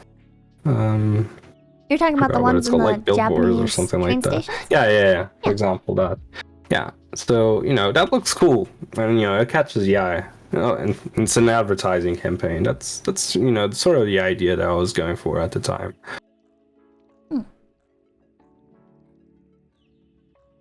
I'm not really, like, understanding, I guess, like, your direction. Well, I didn't have a direction. That's the thing. Yeah. That was, a big problem. What are you getting at? Well, so, okay, what was your mindset then? Were you just, like, picking, like, what seemed cool at the time, or? Yeah. No, that's essentially it, yeah. Why? I don't know how to answer that. What? Bro, nobody else can see inside your head except for you. Like... No, yeah, but I don't exactly know how to answer why I did a lot of those things. Because I just don't remember anymore. Or just maybe it wasn't exactly... Yeah, no. I mean, I usually do. But I mean, it depends, though. I do keep a lot of the things just in my head. Because I guess it's technically easier to access, but it also does mean that I forget a lot of stuff. But yeah, I mean... Do you feel like you're a bad guy? I don't know how to answer that. Because if I say I am... No. Don't worry about how other people perceive it. No, I just mean like... No, actually, that was what I was going to say about how people perceive it. Never mind. No, it's just because if I say I am... I mean, I guess people will just think it's maybe like for attention or something. And if I say I'm not, it probably sounds like, you know, I'm being a jerk just for saying I'm not. You're on. Okay, listen. Going in this with complete good faith in you, man. Whatever you answer, I'm gonna take it as that's how you truly feel. Do you feel like you're a bad guy? I think I've done mistakes, so I guess I wouldn't say I am a bad guy. I guess I've just done mistakes. I mean, you know, I do pay for the consequences of those mistakes. Which is okay. It sucks, but you know, I don't know if that. You know, but I guess it does depend on the type of mistakes, though, because that does, you know, mean you will either be, you know, depending on what type of mistake you do, it does depend if you'll be a bad person or not. Even if it's just a mistake. I want to know how you feel about yourself. I'm not asking how other. I've just done mistakes, so I don't think I'm a bad person now. I don't think you're a bad guy either. I think you're kind of dumb, though. I think you're a bad person, but... Oh, that's understandable. Well, I think... No, I'm just kidding. I think you are very mistake-prone, it sounds like. Not normally, though. I'd say I'm actually... No, I wouldn't say I'm a perfectionist in that case, but because at least normally, because I'm not. But you know, I do usually plan things out very well, and usually it does work out when I work on things that I actually know the subject of, which you know, it's also, like I said, to say specifically that there was one specific reason that UTV failed is hard because there was a lot. But yeah, I mean, I usually plan things out, and usually things go okay. It's just this case that I didn't, and it didn't go okay. You know, there was a lot of repeated behaviors though over the course of 6 months. Like a lot of. Yeah. Would you say it was like more of like a spring break type situation where you freed yourself from your typical standards, and this was just like you acting entirely like off the wall, or? Yeah, that's a good way of putting it, I guess. I just wanted to, you know, just like I said, do something different. Not different like in the circumstances where it's different from like other companies or just different from other people do it. I just meant it different from what I usually do. And obviously, you know, jumping into something like VTubing, which I had basic knowledge about it, basically, was a bad idea. But I also did want to do it. And the reason I did want to do it is something I just can't exactly explain. I just thought it would be fun, and I can't tell you exactly why, because I either forgot or I don't know.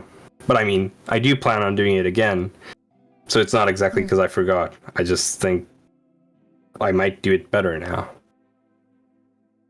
Do you think maybe you're saying that you forgot, and you did not actually forget, and you're just uncomfortable with confronting the reality of the situation?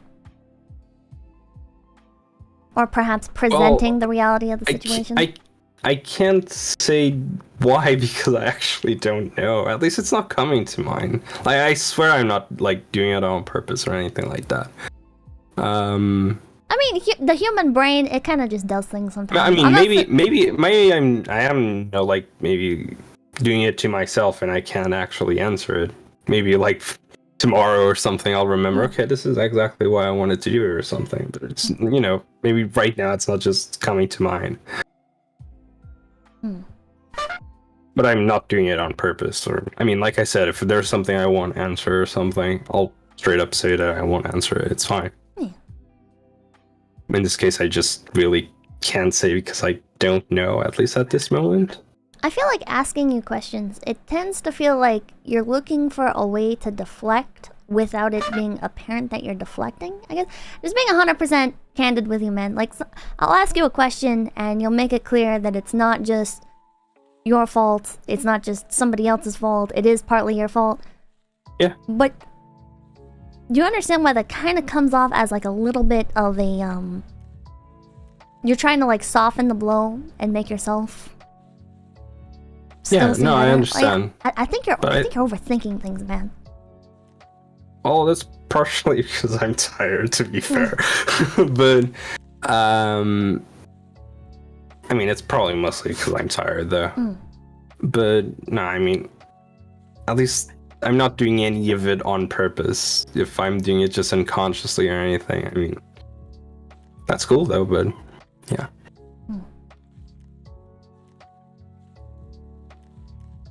At least I'm not, doing it on purpose, though.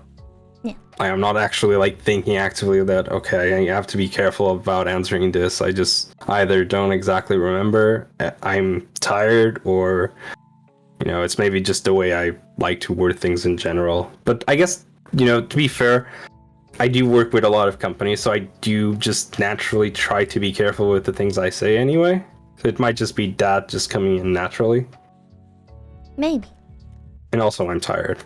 It's probably like 99% I'm tired.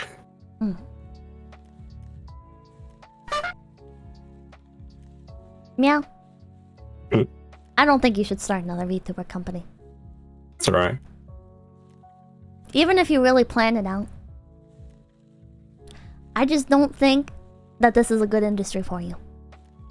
You don't have to like... yeah. You don't have to like listen to me, right? I'm just a VTuber. I'm just here and everything. No, that's okay. No, I appreciate knowing that. I mean, I do appreciate feedback. I mean, obviously, that's like very important in any business in general, really. Do you but have I do any, appreciate feedback, and just, I mean, yeah. Oh, I was just like, what are you actually like passionate about? What do you care about? You said you kind of like anime, like when? Oh no, I like anime. I do like anime. It's not exactly my passion, but it's something that I do prefer working with, something that is related to anime in general. Which I guess Vtuber just came to mind, but it could have been something else. Have you considered just investing into a VTuber company, not taking on necessarily a hands-on role, or not necessarily starting one from the ground up, but... That's what I said, though. Yeah. Well, you said you wanted to, like, start one on your own, right? But, you said you want the clout of, like, having that title. But rather than just, like, getting into that, why not just approach something that's already functional? Put some money into that. And I guess if I could do that and also learn from like how they work and all that sort of stuff, which in some cases investors don't exactly have that opportunity to do that, except for example like quarterly reports or stuff like that. But a lot of the times I don't actually get to see the action. But if I did have the opportunity of doing that and also seeing like the action of how everything works, because it does interest me in the end. I do want to know how everything works. In the VTuber industry, and I mean in a lot of industries in general. You don't have to be involved in a company though to like find that information out. But you're saying that if I wanted to make a lot of money from it or something like that. No, I'm saying just avoiding the. I'm saying like, if you want to be involved in the industry, you don't have to do something that's gonna give you like that big clout title. Like. No, I do. No, I mean I don't, but. Like I said, if I could, do that and also learn how, the VTuber industry works exactly, I probably would. It's just, like I said, I probably will start another VTuber company, but I might not. It's still, just planning out, still working on it. I might do what you suggested, for example, or I might do something else completely different, or I might just continue with starting the company. Either way, it depends on how things goes. But why VTubers? Yeah, how many times have you asked me that already? Every time I get a different answer. I mean, I can't exactly say. I mean, I thought it was fun. I thought it was something interesting. I mean, I guess if I started, like, instead of a VTuber company, I started, like, I don't know, a manga company or something like that. You'd ask me the same thing. Why manga? Why not VTubers, for example? probably would do the same thing. I mean, I don't know exactly how to answer. I just decided it was VTubers, and There's very different implications though, going into like a manga company. Like if you're Oh, a yeah, manga definitely. publisher. yeah. But I probably, in my head, I probably, at least when I look back, if at least looking at it now, if I went, for example, with manga publisher or something, I thought it'd be harder than VTuber things. So I didn't exactly go for the easiest thing, but I also thought that manga, and specifically, or for example, anime, like anime studio or publisher or something like that, I thought it was way more than I could definitely handle, and VTuber sounded like something that I possibly could handle. I couldn't, but it at least it felt like it in hindsight. Do you know what the thing that's tripping me up the most is? Hmm? It sounds like the primary reason was money and clout. But there's so many other things you can do to get money and to get clout, and to still be related to the anime industry. Yeah. So I just don't understand why VTubers, why put yourself in a position of power over all these other people in this industry that you don't really understand, that you're not passionate about, that requires so much dedication. That's the thing, though. I didn't exactly know it would require so much. And when I did end up figuring that out, I also just, at that point, I was also not exactly in the best mental state. So, yeah, that's where I failed. But I didn't, when I started, I actually didn't expect it to be that hard. Just to be, to be clear. I wasn't like, oh, I know this is gonna be hard, but I'm gonna do it anyway. I didn't exactly know. I should have, but I didn't. So why are you looking to do it all again?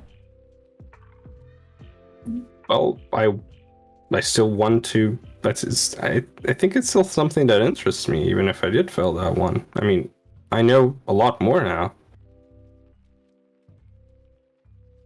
And also, I don't exactly plan on, like I already said, starting instantly or anything like that.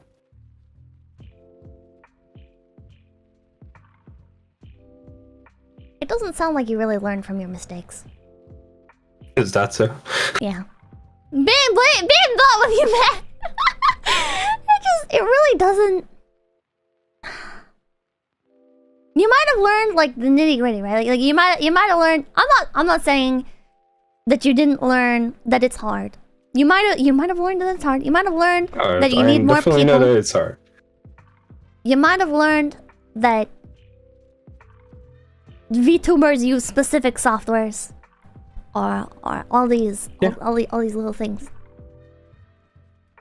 I also learned, for example, like advertising rates and stuff like that.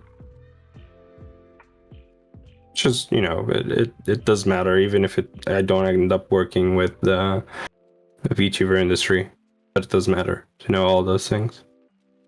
So I mean, I did bring value to I did bring knowledge for myself doing the project. What does a VTuber company mean to you?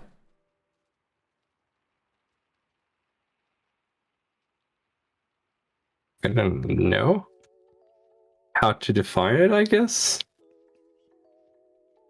Yeah, define it.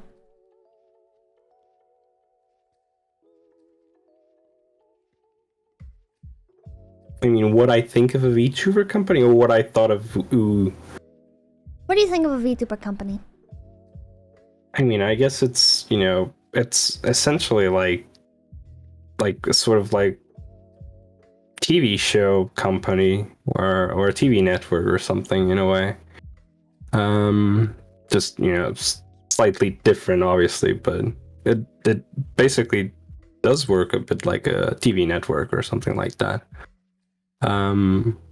There's people obviously that manage, the finances, the advertising, to get money for the actual network. The people that actually, manage, for example, what's actually going to be on the network or the shows or anything. People, and the talent themselves, of course, the actors or whatever. In the case of TV network, and yeah, I mean, I guess that's it. Do you think there's a reason why there's not a lot of overlap between TV networks and streaming?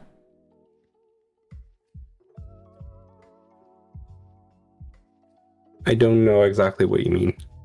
So you don't really see like TV networks bringing on streamers. You don't really see any overlap in the demographics or the culture. You don't...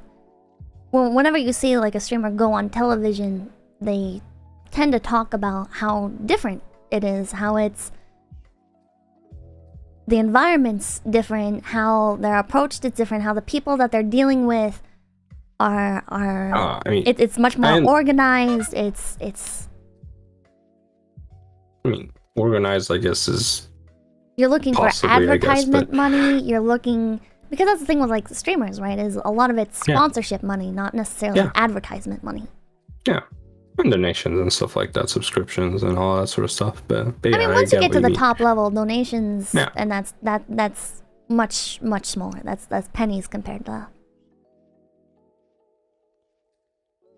things like sponsorships. But I mean, I understand that there obviously is difference there. I just think that that's what I could, easily compare it to in a way.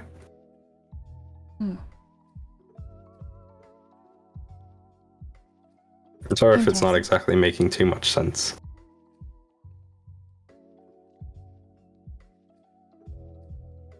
I just feel like there's a bit of a disconnect. I understand why. Why not get involved with television? I guess it's... I mean, like I said, I do watch anime, and in a way, VTuber is related to anime. I guess, I mean, obviously I could... get, since I don't exactly know television in specific, but I like anime, I could do like an anime publisher or something like that. You could get involved with like Crunchyroll. I could do that. Or... Yeah, I could do something like that. I mean, it's something I'm still deciding, of course. Does getting involved with a more structured environment like Crunchyroll or like anime publishing, manga publishing, whatever, television production, does that not seem possibly like a bit more of a environment you'd be better suited for? No, I think, I mean, yes, I think that I probably would be better suited for that in a way. Yeah, I mean, it's a lot easier, at least from the things that I know and the stuff that I've worked on, to manage something like Crunchyroll. Obviously, there's some difficult aspects when you get to how big Crunchyroll is, for example. But no, I do know that it's technically a lot easier to manage all that stuff because most of it is, getting the licenses for the anime, the network. I mean, the system itself for for streaming and all of that sort of stuff. I've worked a lot with all of that sort of stuff in the companies that I work at, so I'd have knowledge for that. Technically, I'd definitely be better suited for something like that than VTubing. You know what I think, Miao? You should do that, and then you should become a sugar daddy. Right. Bruh. No thanks. I think that's what you like, dude. I mean, no, the part of the Crunchy... I mean, doing something like Crunchyroll. Perhaps. But, like I said, I still haven't decided exactly. Well, I don't think you need to be in charge of VTubers. I think if you wanna pay for girls' Uber Eats, you should just be a sugar daddy. Bruh, no. That was definitely a mistake. I mean, if these are the parts that are fun for you, what's the most fun part? You said like bringing people on, getting their models and stuff, like. Yeah, that was fun, like working on like getting the models and stuff like that. Just buy a cute girl some handbags. I didn't say it was buy a cute fun. girl some handbags, dude. Don't get involved. That's not how it works. Yes, it is. That's not how it works. Sponsor a girl through college. I mean, that would probably bring, you know, clout, but no. It would. Dude, you could be like an anime sugar daddy. All right, listen here. I have a whole plan for you. All right, you gotta open up an Instagram.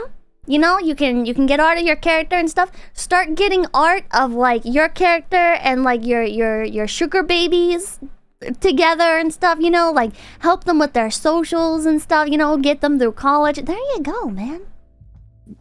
There you go. I understand your view. It's not exactly something I plan on doing. I understand what you're saying. Why not? I mean, I don't know. It's just, you know, not something that, you know, most of it. I don't even know how to answer that. I just. Consider it doesn't seem consider. It just doesn't seem like something that I would enjoy in general. Even if it does bring clout or even money, which I doubt.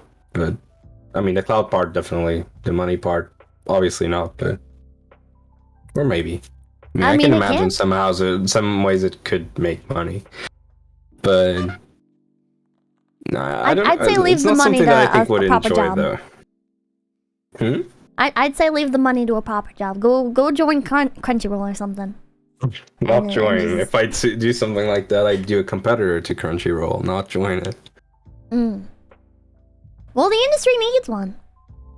There's not really any alternatives to Crunchyroll. That don't there isn't, but there's a reason for that. It's very expensive to get licenses. It's very expensive to start a VTuber company. The reason, yeah, I mean, $150,000 in 6 months. But it doesn't have to be expensive to start it. I mean, in an already heavily saturated market, it's gonna be a lot to keep up unless you got a lot of passion. But you're not. At least to boost it, it's gonna be hard without like money, but it doesn't require a lot of money to start a VTubing company. But for something like Crunchyroll, the reason they can actually, you know, get so many licenses for different animes and all that sort of stuff is also because they're big, and you know, the anime studios and stuff essentially don't really have a choice. Like you mentioned, there isn't a lot of like competitors in that area. Maybe Netflix and Crunchyroll, and I don't even remember the names of the others. There's not exactly, you know, big competitors besides that. Well, now that they ate Funimation, no, not really. Yeah. So yeah, exactly. That was the one I was thinking about. But yeah, there isn't exactly a lot of competitors there. So they also don't. The anime studios don't exactly have a lot of choice. So they do end up, you know, going with Crunchyroll, and basically whatever Crunchyroll offers, they'll accept it because, well, what other choice do they have? They don't really yours. Exactly. They could have yours. They could have your competitor to choose from. Well, not yet, because they don't have a choice yet. They could. But trademark. But yeah, I mean, it's something that I could do. I definitely have more knowledge for that than VTubing, but I don't know. Yeah, like Leah says, buy a hentai site and call it a day, man. There you go. Buy a what? Buy a hentai site. No, listen, no joke, dude. No joke. Listen, listen.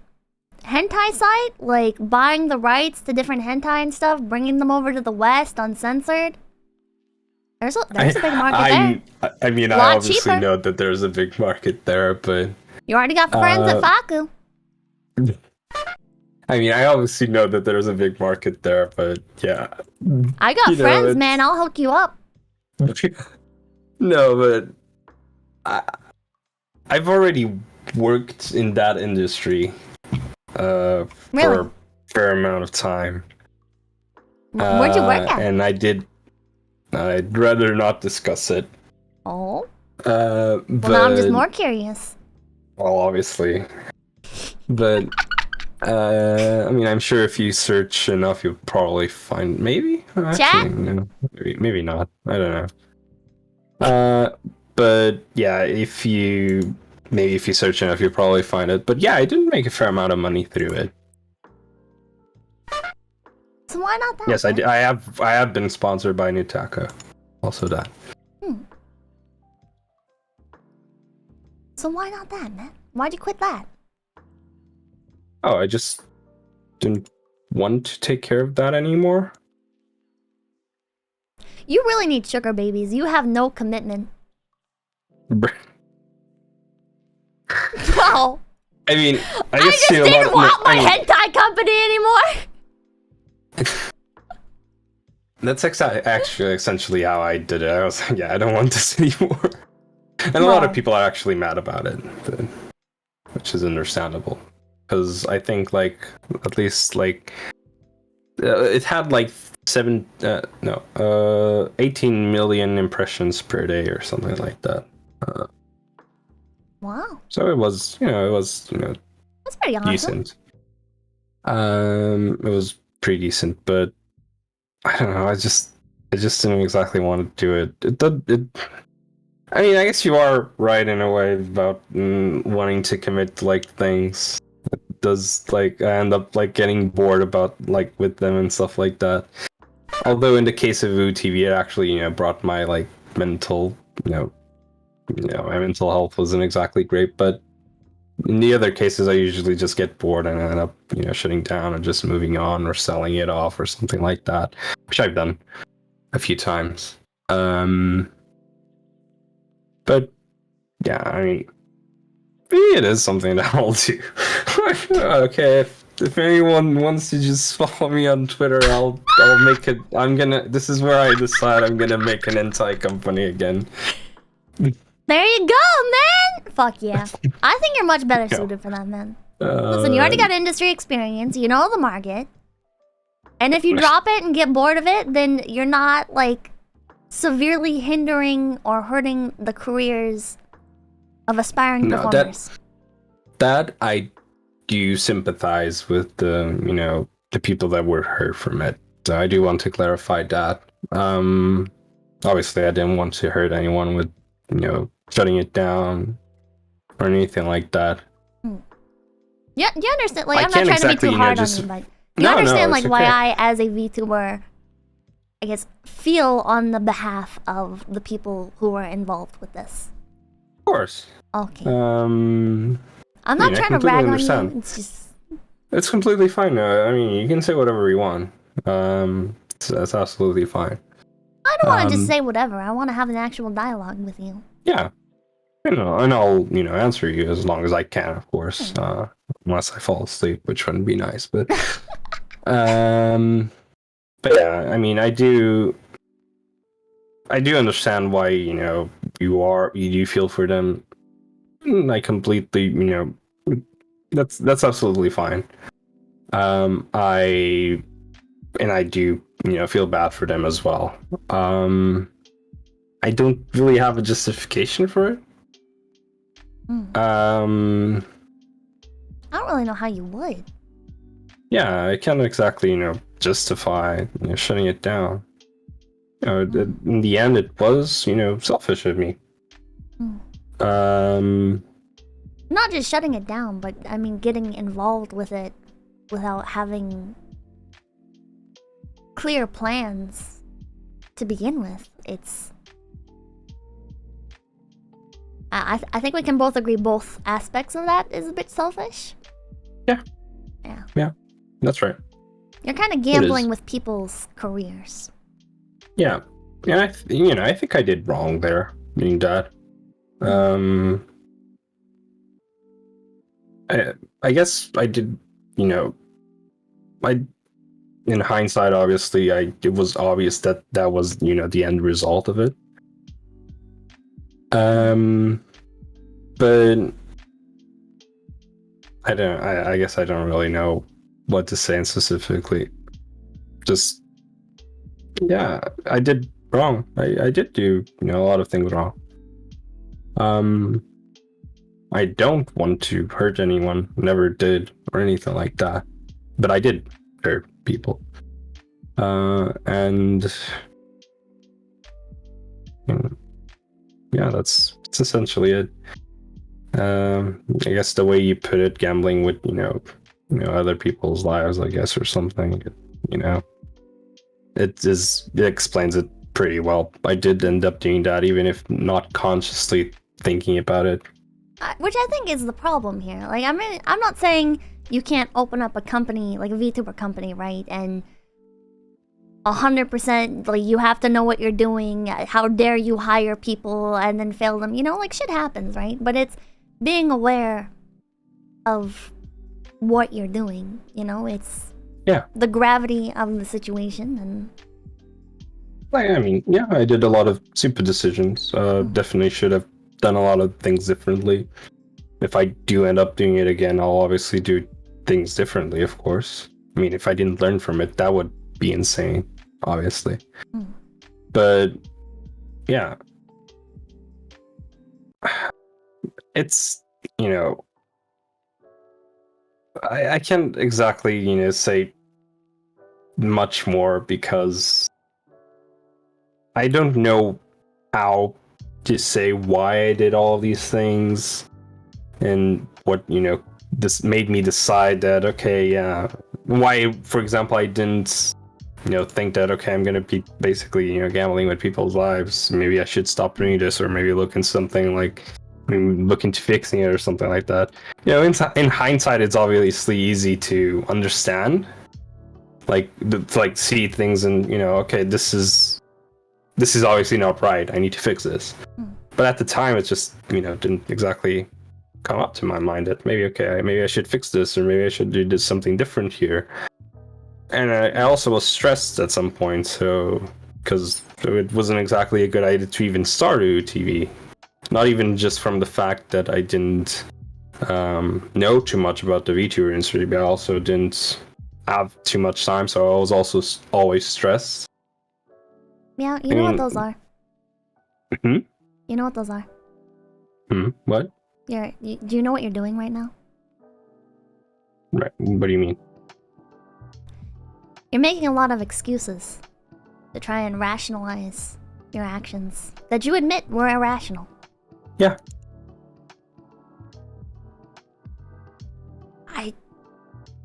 Maybe with more time, you'll come to, I guess, be more aware of that. Yeah, probably. But do you understand why, with what you're saying right now, I would be nervous about you making another company? Yeah, I understand. Of course. Okay. Because, you know, life, I'm not gonna, like, preach to you about how you should be living your life. But we're all making decisions. We're all stressed. We all have our down points. Yeah. And it feels, I guess, a little, just a bit like you're making excuses. When you say, well, I was stressed from this, I wasn't thinking about this, in hindsight, I guess I should have did this. And it's like, if you're gonna be responsible for other people, you have to think these things through, you know? You have to... Yeah. You can't blame any number of variables. Yeah, but like I said, I was selfish with those acts. I mean, maybe I didn't realize it at the time, but I'm just pointing out, like, your mindset now, like, how you're explaining it.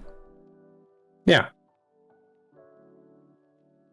Yeah. No, I mean,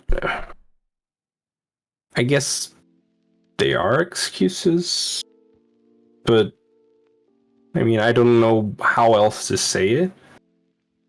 I don't know if, for example, I just say, you know, it's my fault, something like that, or just admit, yeah, I guess that happens. I don't know how else to put it. I'm not trying to, like, police you or anything. I'm sorry if it comes off that way. No, it's alright. No worries. It just seems like a mindset issue. Yeah, there doesn't need, like chat says, there doesn't need to be an answer here. You know, you don't have to put things into words. It's just, shit happens, you know? Yeah, I mean, I did wrong. It's just, you know, did a lot of things wrong. Some people will probably hate me for it. Some people will probably not care. You know, guess I just did things wrong. And there is a chance that if I start another VTuber company that I do things wrong again. Maybe not the same things, but I'll probably do other things wrong. We're always making mistakes. Yeah. And, you know, I do admit to them, though. I think, I don't know if maybe that's what you're trying to say, that I'm not, like, admitting to them? Can you repeat that? Sorry. Were you trying to say that, like, when I was making excuses that I wasn't, like, admitting to my mistakes, or what do you mean? Maybe I don't know if I'd go so far as to say you weren't admitting to your mistakes. It's just that maybe I was admitting it but trying to justify them? Is that what you meant? Okay. Yeah, I mean, I think it's you seem very, like, outwardly conscious of the decisions that you made, and you can have all these different ways to explain them, but that doesn't really change your mindset on the matter. You know? You're going into things with, like, the mindset of... I'm still saying that I'm gonna do it even though I'm still, you know... Okay, yeah, I get what you mean, okay. Yeah. How do I answer that? Maybe that I'm probably, like... I don't exactly, you know... Take, like, if someone tells me, okay, don't do this, I don't usually, you know, just go straight up and say, okay, maybe I shouldn't do this. I'll analyze it first. I obviously can't right now because, you know, I'm kind of tired and I'm also, you know, doing the interview, but I'm not just going to straight up say, you know, because you told me, okay, maybe you shouldn't do this because of all of those things that happen. I'm not going to straight up say, yeah, I'm not going to do it. I'm going to, you know, study it first and check it out and see if maybe I won't do it. Or maybe I will still. You know, I mean, it's hard to, you know, I am a little bit, you know, hard to change my mind, I guess, in some aspects.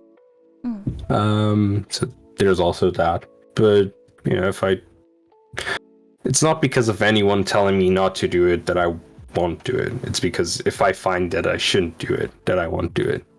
Doesn't matter how many people tell me not to do it, though. But if I do find that I shouldn't do it, yeah, I probably won't. Does that make sense? I think that's pretty standard, yeah. Okay. Yeah. I mean, yeah, that's essentially it. Like, I'm not trying to, like, make excuses or anything or try to justify, like, everything that I do. And I'm not obviously, I mean, I do appreciate your feedback about saying that maybe I shouldn't do the, like, work on, you know, a VTuber agency again. I just, you know, I'm not going to decide right now. It's just all that I mean. Do you understand why I feel like this might be a mindset issue when you've admitted that this is the second company that you decided to drop just because you were done with it? Bored with it? Well, in this case, it was different, though.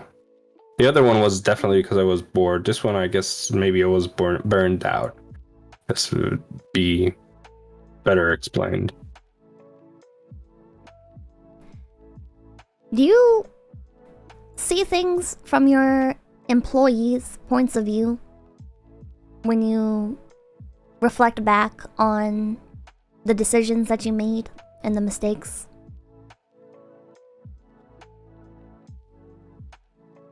Well, yeah, I mean, not everything, I guess. I haven't actively been, you know, like, hey, I did this, how would they look at it? But for example, like the contract thing and all that sort of stuff, I did look back at it and think, yeah, I kind of understand why they'd be suspicious. I keep postponing it and everything. Like, what is he trying to do? Like, scam me? Am I gonna give him my solo away or something like that? Like, yeah, that I kind of understand.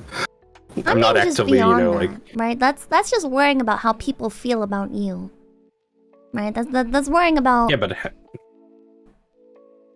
you mean, like, for example, you know, like their financial, like, safety and stuff like that? Yeah, are you considering these people's position being beneath you? Being aspiring performers? what their living situation is, what their economic situation is, all of these. There's a number of factors here. It's not just about you. Yeah. But you are the source of your own decisions. Yeah. So I do, in most cases, when I do the decisions, I do like think and in what way I'm gonna affect them. The only exception that I can say that I didn't do that specifically is, by the end when I decided to shut down the company. I didn't exactly, in my mind, I didn't exactly care at that point. I just wanted it to be over with, to be quite honest.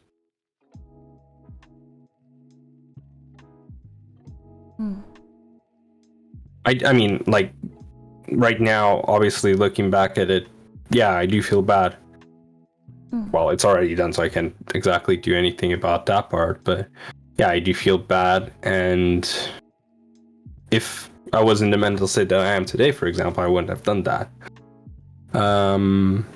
But yeah, at the time, yeah, I didn't care. Quite honestly, I didn't really care what was going through other, like the talent or the staff or anyone's mind, or financial situation or anything like that. I just wanted it to be over with.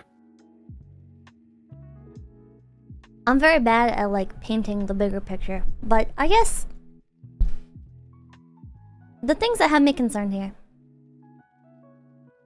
is how you're viewing these past incidents, how you say you have no regrets, and then you do go in to explain the regrets and get into like the nitty-gritty, and you said, oh, I had fun, and then the things that you said that you had fun with are just very superficial,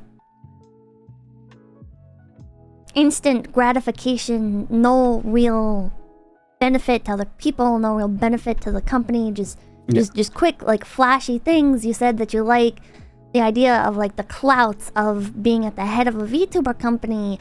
You don't know that much about the industry, you didn't do a lot of research, and it sounds like you didn't do a lot of research over your time in the company, and now when the idea of starting another one comes up, it's like, oh, well, maybe, and it's like, I feel like maybe just the idea that, like, because you also like asked me this over DMs, right, about like potentially starting another company, and it's like, is that something? I don't think that's something, I guess, that you should be thinking about in your current state, and it shouldn't really be like a question of like, oh, well, will I start another one, because you haven't done the research into things. You haven't made any plans. It's you're putting the cart before the horse here, I guess. I wouldn't say that, because I haven't done anything though yet.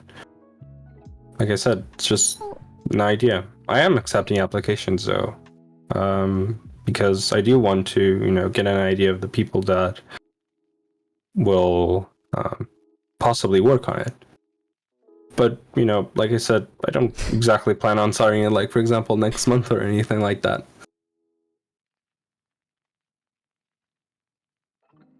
You just demonstrated my point. What do you mean? You're opening up applications for your company? Yeah. So that means you are looking to start up a VTuber company again. Well, yeah, that's what I said. I am looking into it. I might not start it though. Why are you taking applications without knowing what you're getting into? Without knowing what your plans are? People are already aware when you do applications anyway that it's not, like, absolutely guaranteed or anything like that. So it's a chance. Are you aware that it's also people... Yeah. Are you aware that in the VTuber industry, that when you apply for another company, though, that you have to or you're supposed to anyways disclose that when you apply to other companies? Like, this is something that like Hololive asks you, like, oh, are you applying to other companies? I think Heavenrend has this on their application. I think Kawa might have had it. mean, it's more just getting to, like, get an idea of who will probably work with me. And just seeing where it goes from there? Yeah, that's essentially it. Because I might not start it, like I said. Or I might start it. But I want to know, like, people that will apply. And also see, for example, what their abilities or, like, experiences. So... not going in with a plan. What do you mean? Like, you don't have a plan in mind. You're just you're seeing what you can get, and you'll work off that. Yeah, that's it.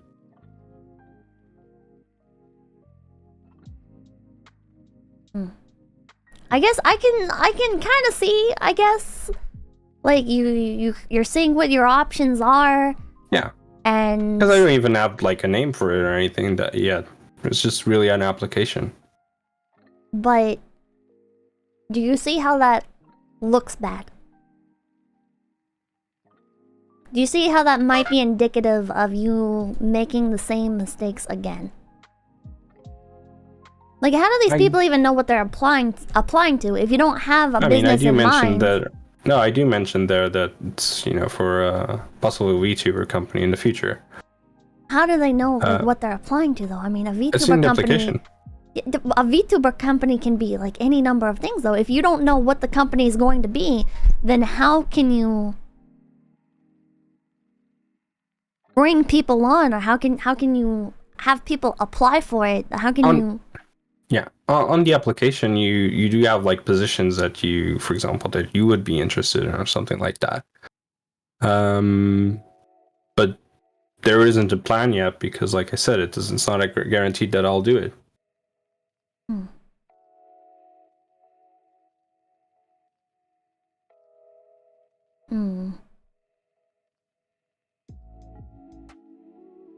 What's your reasoning for opening up VTuber applications again?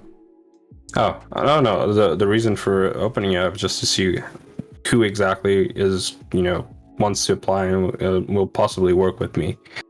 And what are you providing them? Well, at the moment, nothing. So why should anyone want to work for you? Well, they're all only applying, not actually going to work for me. Well, at least not yet. Then what are they applying for? That is still going to be decided for the positions that I put in the application. So they are going to be working for you in the future, if I do decide for them to work with me, and if I do decide to go forward with the project itself.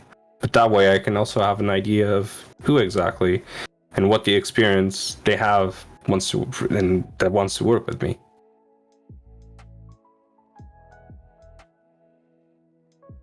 Do you feel like the people who are going to want to work with you are maybe people that are just desperate and looking for anything? It's possible. It's possible, yeah. We did have those cases on OTV applications. So yeah, there's obviously that possibility. But it's clearly stated that it's for a possible future VTuber company.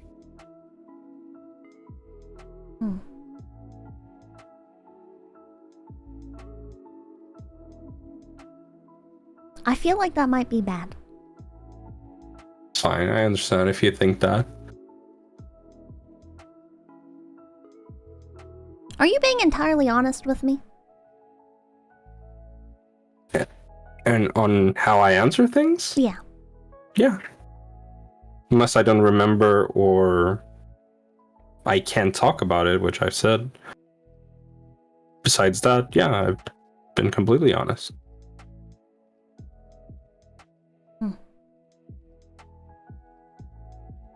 I want to end on a good note, but I'm not really sure how to from here. No, I mean, obviously, this obviously it wasn't exactly going to be, like all happy and everything interview kind of thing. I mean, it's obviously about a failed VTuber agency. Understandably, I just wanted hope for the future, but I don't feel like I'm really getting that here. Well, I mean, if I do start the hentai company, I guess that is a lot. That is a fair amount of hope for the future. Maybe just a little bit. So, Okay, maybe yeah. not a lot. Yeah, maybe not. It's better Maybe not at all. than being part of the VTuber industry again. Yeah. It's something that I might think about, but I also want to see what kind of people will work with me. So, I mean, I don't think I'm, at least at this moment, I can't say that I think I'm doing anything bad. I genuinely don't think so. I don't think I'm doing anything wrong in this case.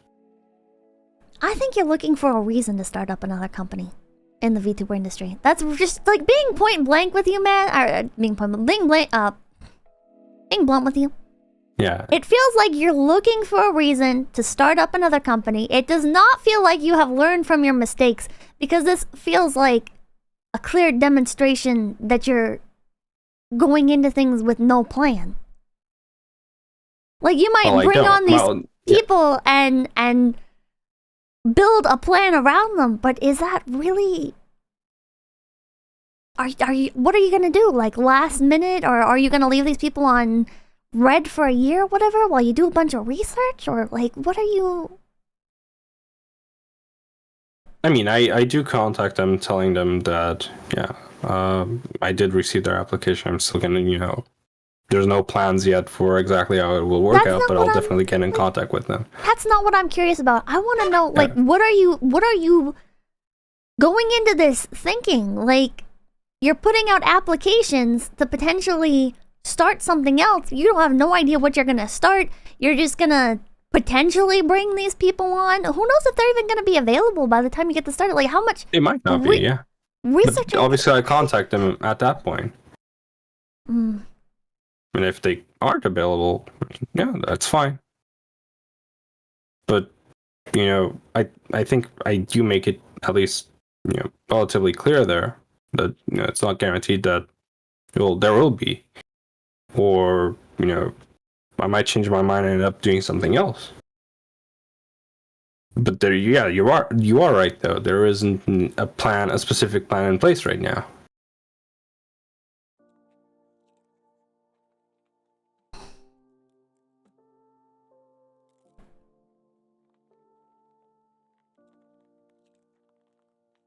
I feel like I'm not getting through to you. Maybe, am I not...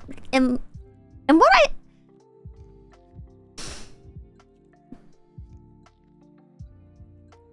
Do my words make sense? I think so. Am I answering them wrong? Is there a way to answer a subjective question wrong?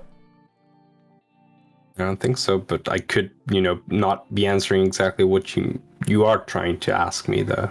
I do feel like you try to deflect. I feel like you try to latch on to earlier points for... When I ask a question, I feel like you tend to reach back into things that you've already said instead of answering the current question in good faith. Or with... I guess a desire to actually answer the question?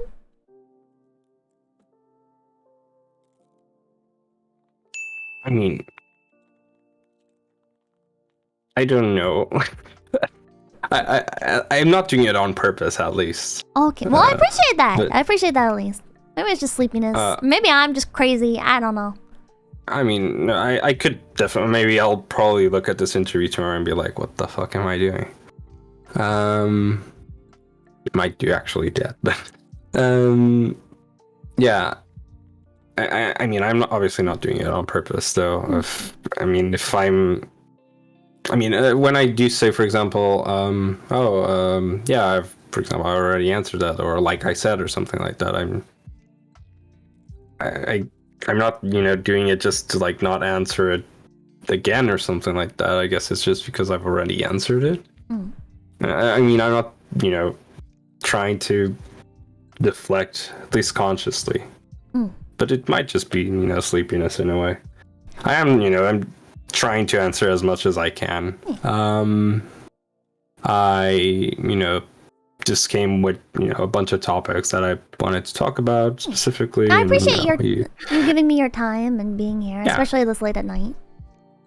Yeah, so yeah, that's all right. I mean, I obviously you went away from all the topics that I actually wanted to talk about. No, I'm sorry, man. No, that's all right. But that's also why I didn't exactly, come prepared at least for those topics in specific. So it's hard to answer. Like, for example, how much staff I had.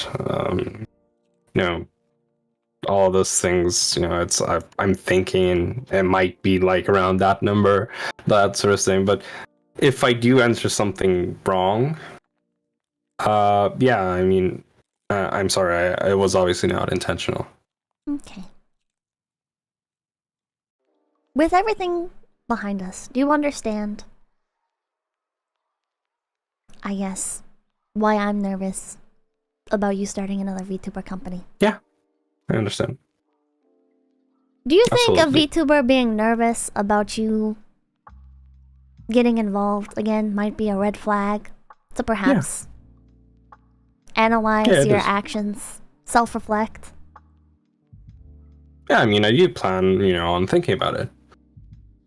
I hope you do, man.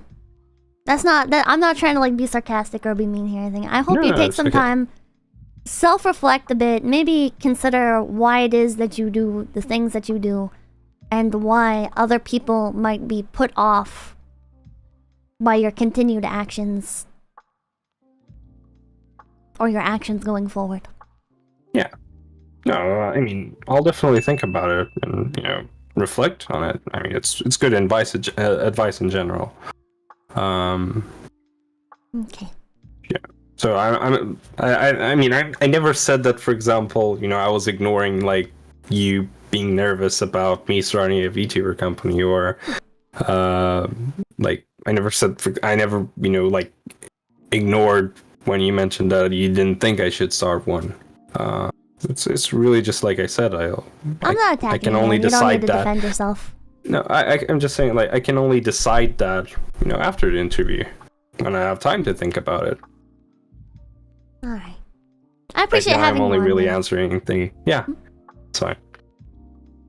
It was nice being here, and except being up so late, but it was nice. So it was still nice. Maybe if you do think things through, if you ever want to come back on and chat, the offer is always on the table. Alright, I don't want you coming out of this feeling like, that fucking Pippa bitch! Oh my god, she was so like sarcastic! What the fuck? Oh my god, she was preaching at me! What the fuck was that? Stupid rabbit got me on here while I was tired and started rambling? No, I mean, to be completely honest, you are very annoying. I mean, it was very nice to talk with you. And yeah, I'll definitely consider, not doing the VTuber company. I just want to make it clear that I'm not, like, I'm not trying to hurt anyone. And obviously, if I think that I won't be able to do it, I won't do it. And I appreciate your feedback and everyone's feedback, even though I didn't actually, read the chat, but I probably should. Oh, don't read the chat. Yeah. Does it like stay with like the like a history of the chat or something like that after the? Yeah, you'll be able to see the chat. I mean, I'll be able to see it anyway from the archive, I guess. But yeah, I'll probably eventually read it. Maybe yeah, don't. I mean, I appreciate everyone's feedback in general. Oh, you're probably not going to. I mean, even all the bad things that they say or something, yeah, I probably will still appreciate at least knowing that, they told me. So I'm not going to be mad at anyone in specific. All right. I'm glad you have that emotional maturity to be able to handle that. Yeah, now? I wasn't exactly like that, I mean, I guess with time, I've obviously like learned to be. I wouldn't say exactly that people change specifically, but I guess you can, change a little bit and try to learn with your mistakes, and also like learn to be at least, different and accept feedback. Even if it's like really bad criticism and it hurts to listen to. But I think it's valuable. So. Yeah, it's just hard to sort that out emotionally while, Yeah. I guess, seeing it. Or especially, like, as a content creator, or I guess somebody in the public in general. Like, when you get bombarded by it, it's just kind of like, Yeah. you know? Yeah. Yeah. Yeah, I get it.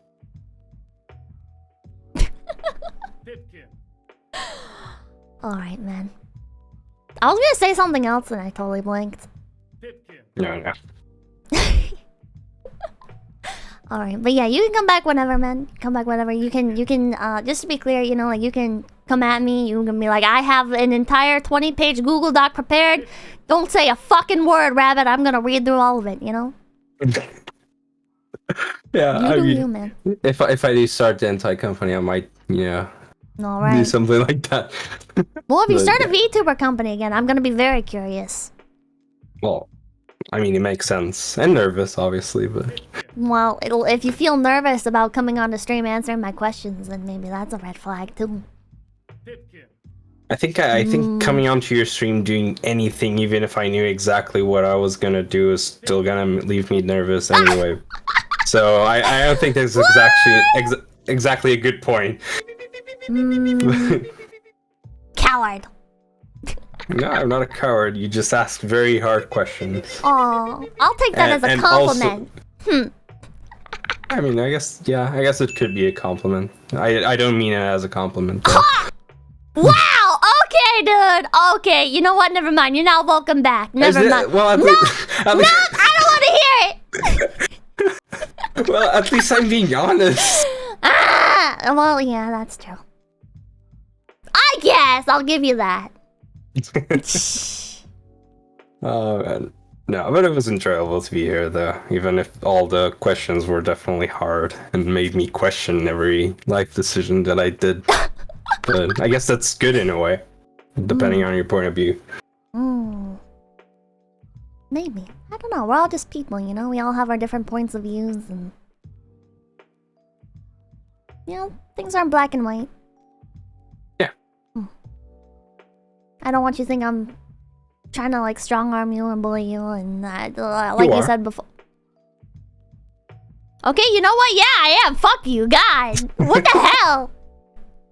I'm only trying to strong-arm you into not opening a VTuber company, alright? Anything else is a fair game.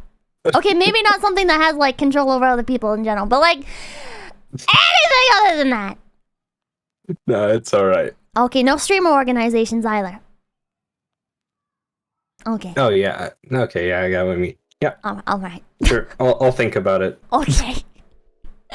I hope I didn't just give you an idea there.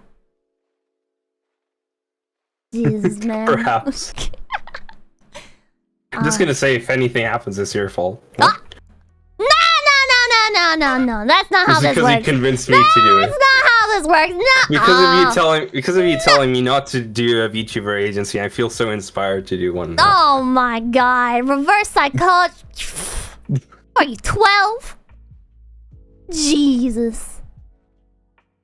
Fucking cat boys, man. They're always so snarky. Bruh.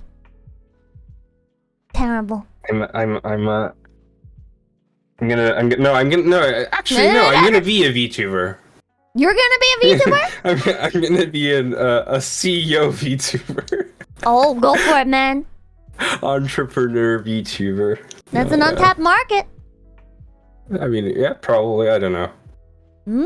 Actually, don't know. I think it is. Look into it. Look into it, man. Maybe you enjoy being a VTuber. Yeah. Yeah. You know, not joking. You might be the reason I do something else. So, like, well, this interview might be the reason that I do, like, a different company in the end. So, if it is successful, I'll shout you out, maybe. Well, thank you, man. If you have any questions or anything, you have me added on Discord. Yeah. Alright, man. Yep. Alright, then. Heck yeah. Can I sleep, please? Yeah, I guess.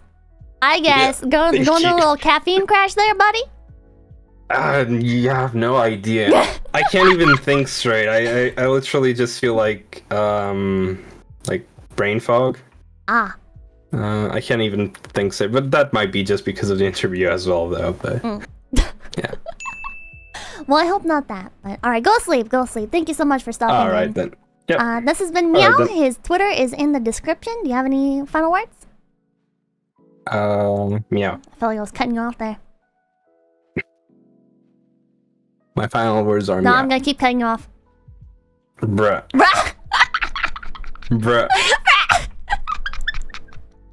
Okay, I'm just gonna leave. Bye-bye. Okay. Bye-bye. Alright, bye. Okay. Oh shit, he actually left! He actually left! I thought he was gonna have final words. What the hell?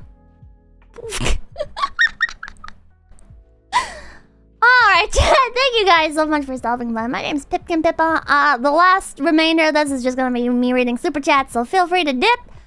I guess my final words here regarding this entire interview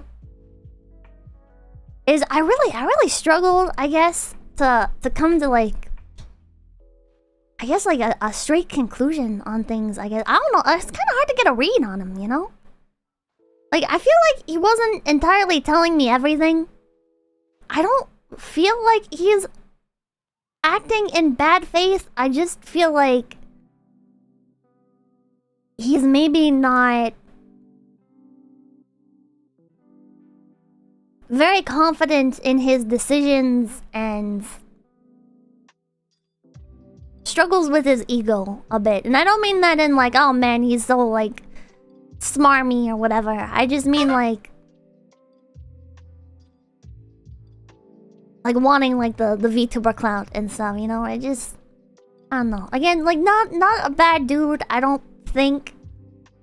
Just a lot to work on, I guess. A lot to work on. Definitely should not be involved with VTubers. Definitely not. Just not the right mindset for approaching this industry, I feel like. Unless you're gonna be like entirely hands off. But even then, yeah. So yeah. Oh, and thank you to the TV talents who stopped by. I was reading your chats.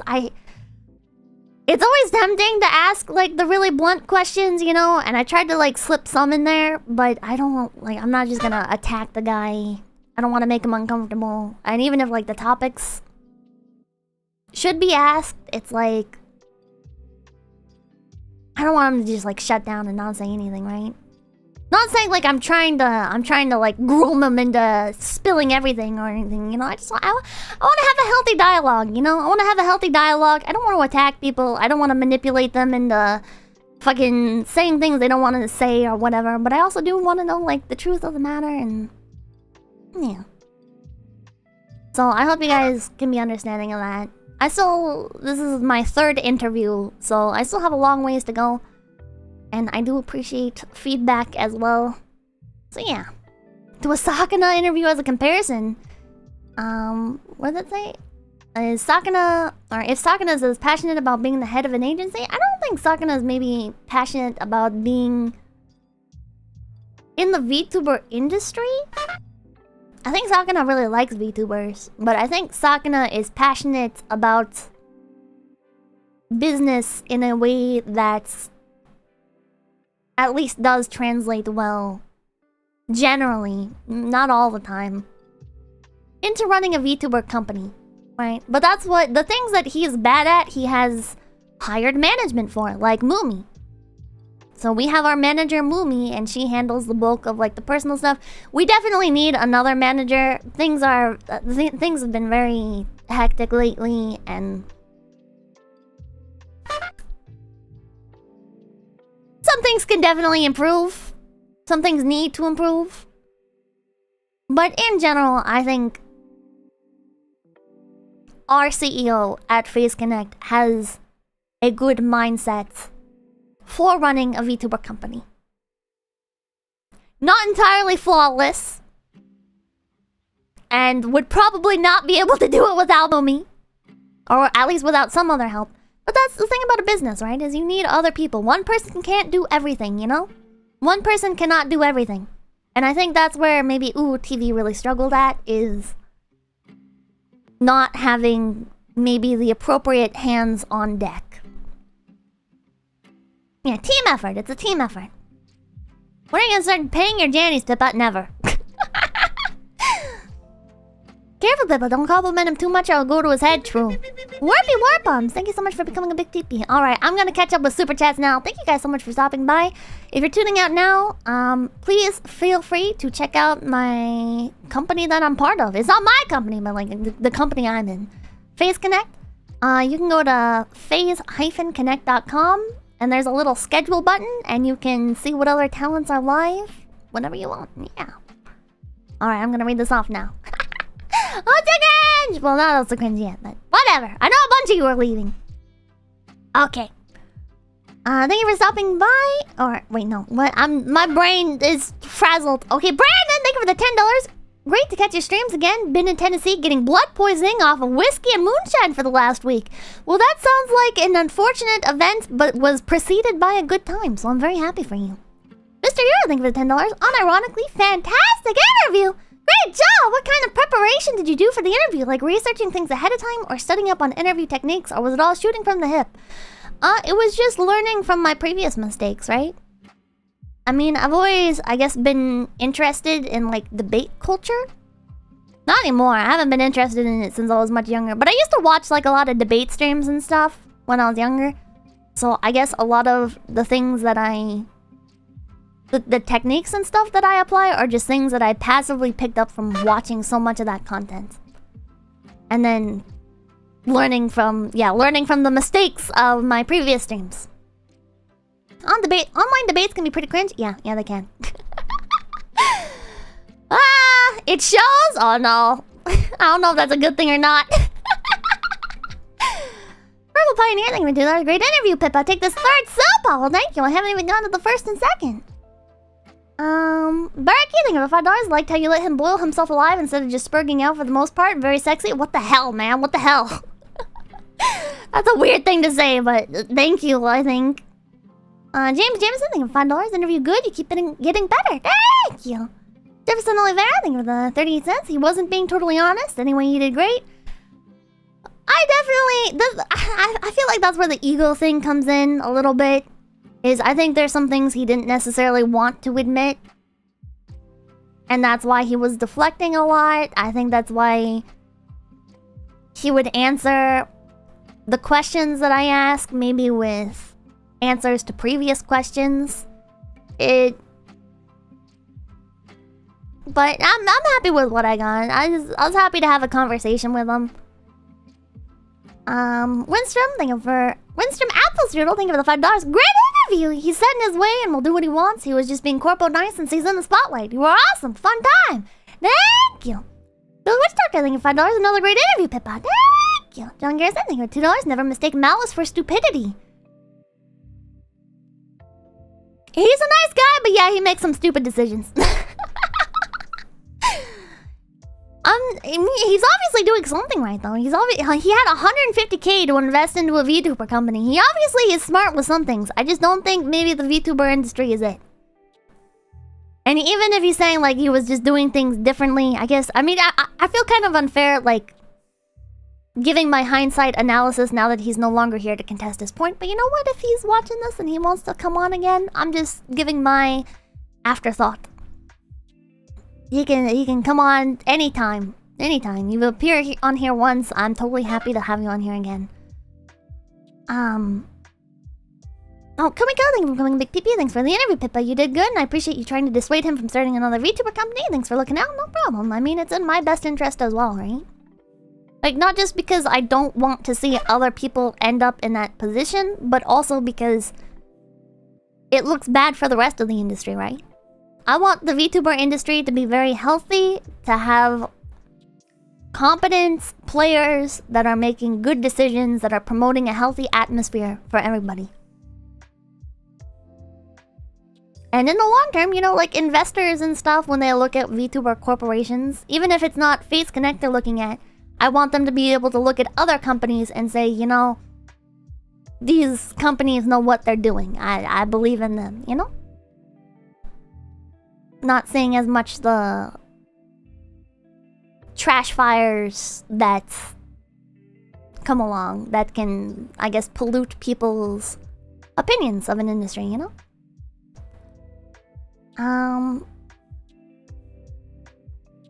Arsenic Sky, thank you for the... BL4, thank you for becoming Big PP. Watching this guy dig his own grave live was amazing. Great interview, Pips, I wasn't... I don't think it was maybe... I don't know. Arsenic Sky, thank you for $5. Your interview was amazing to watch. Thank you. Thank you. Majin Osama Bin Laden, thank you for the $2. Say Sneed. Well, you got what you wanted. And I thank you for the $10. In honor of Fishman, I have a newfound appreciation for him. Spider Dude, thank you for $10. Great interview, Pippa. This and the last one were great, and you're really on point. Thank you. And now, thank you for the $10. No message. Big Fuzzy Hat, thank you for 333. Fantastic interview, Pippa. You really outdone yourself tonight. Thank you. Lucky is free, thank you for the $10. Bad interview, Pippa. You're just berating him with the same questions without understanding what he's saying and acting smug after you've just said the exact same thing. Is that how that came off? I don't know. I don't think I wasn't trying to act smug, at least. And the reason why I was asking the same questions multiple times is because I'd ask a question, he'd answer it in one way, and then if I asked it again, I felt like I got a different answer from him. I feel like he wasn't a bit... I feel like... Again, I'm still learning here as well. But... I feel like I wasn't getting to the roots of the question each time that I asked it. I feel like when I asked a question, he'd be a little bit dodgy. Or he might, again, like I said earlier, like answer another question that I had asked, but like apply that answer to this answer. And it just felt like if I kept poking at it, I could get some more information. I'm definitely not trying to be smug. I'm not trying to be like, oh, look at this idiot, right? I mean, I'm a fucking idiot too. I'm just a VTuber. I'm not the one who spent 150k on a VTuber company, right? I'm not in that position. We're all just people. I think some things are dumb decisions. And I'm sure he thinks some of his things are dumb. I'm just not afraid to show that I think some things are dumb. Right? But I don't think he's dumb. I think he genuinely doesn't understand his own thought process. Maybe. I think that's a fair assertion.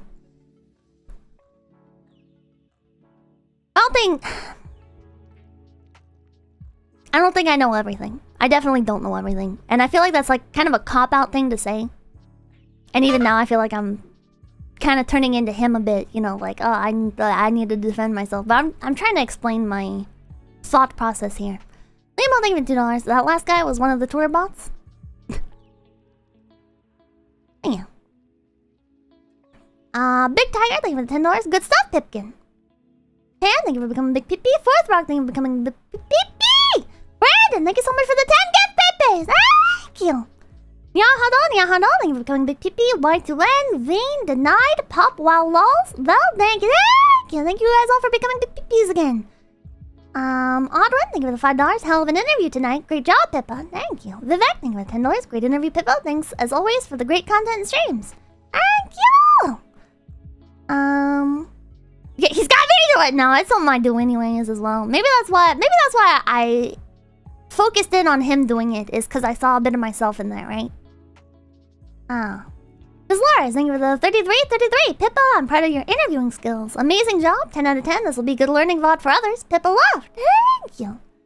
Zenith, thank you for $10. Great interview, Pippa. I hope many people watch this. Thank you. Oh, I was gifted it from Brandon. Oh, well, I'm saying thank you anyways. Tile with tag, thank you for the $10, I mean. How to VIP super chat. Anyways, awesome stream. I guess you just have to have membership. I can switch over to right here. You just have to have membership, I guess. Oh, but then I can't really see chat. Well, you guys can't really see chat as much. I'll just leave it like this, whatever.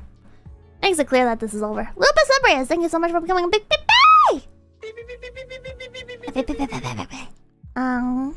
Spider Dude, thank you for the $10. Rackafurio, thank you for $10. Sending a VIP super chat because YouTube says it's a limited time offer or something, and I've got FOMO. You're a dork.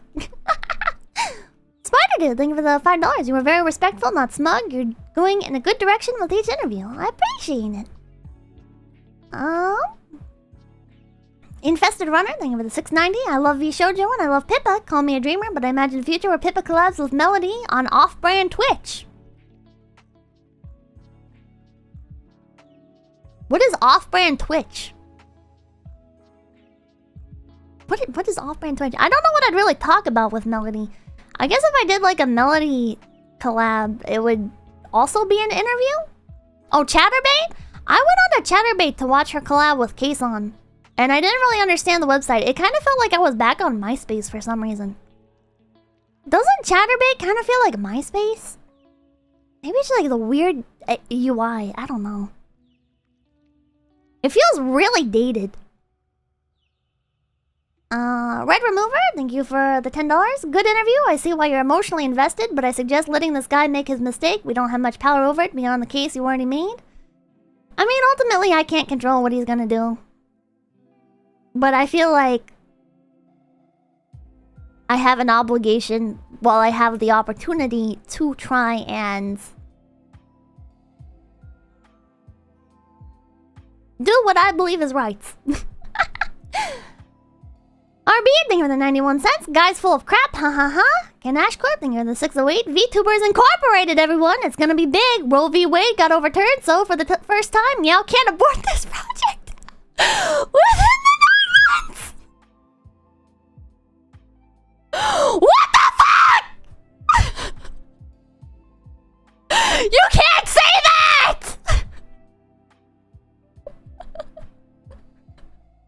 That's fucked up. Man, well, listen, to be fair, we don't know how long the hentai company lasted. We don't know how long the hentai company lasted, dude. Thank you for the 209. Sorry, bad interview, Pippers. Acting way too smug. Did I come off as smug? That's the second person to say that. Velasca, thank you for the 155. You can invest in our hentai company. Lol. Lamau?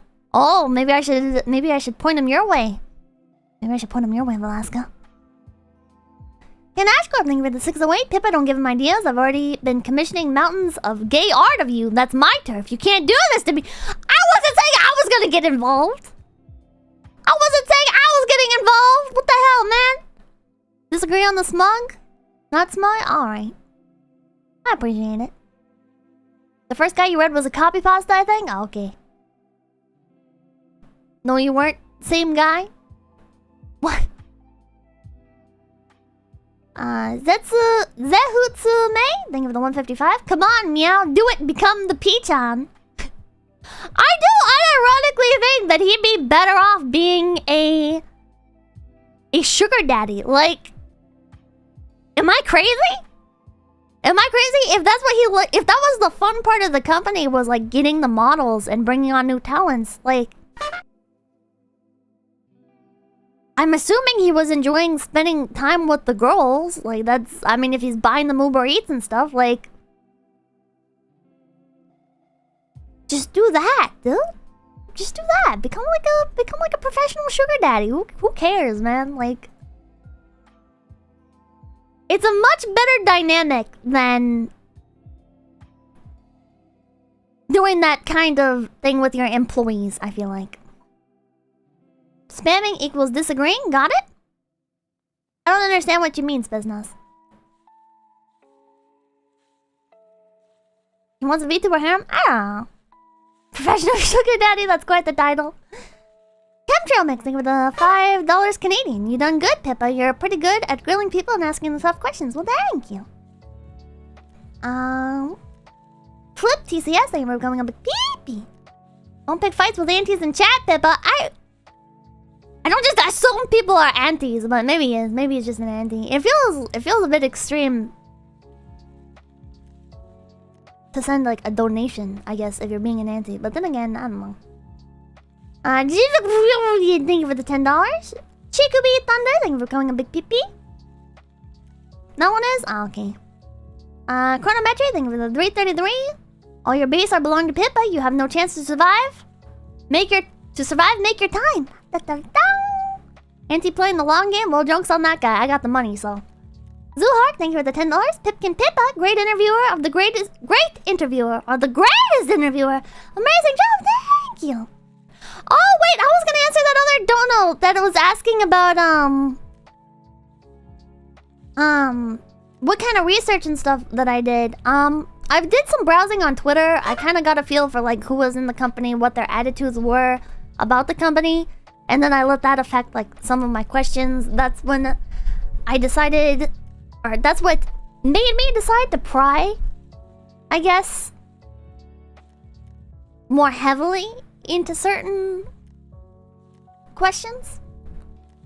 Thundercat, thank you for the $5. You weren't smug enough, in my opinion. You need to be hostile. You need to be gotcha maxing. Well, that just leads to a bad time for everybody.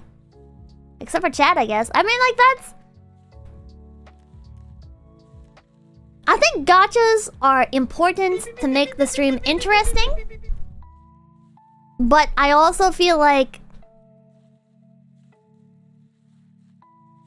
they need to be, like, lighthearted, right? It needs to be, like, something that the person can bounce off of. Not being malicious, but making a fun moment for everybody, even if it is a bit aggressive. Or even if it is a bit more one-sided. Which is very difficult to balance. Maybe in the future I'll get the hang of it. Maybe that's the part that may... I don't know. I feel like this interview definitely... It was harder to do that.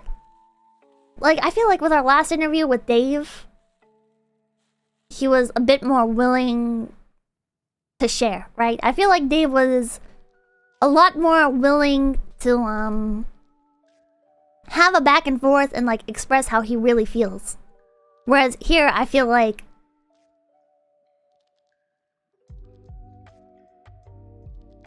there wasn't as much of that. Dave was more open, same with Sadia, yeah. Thundercat. Oh wait, I already read that. Lucky is free, thank you for becoming a big Pippi.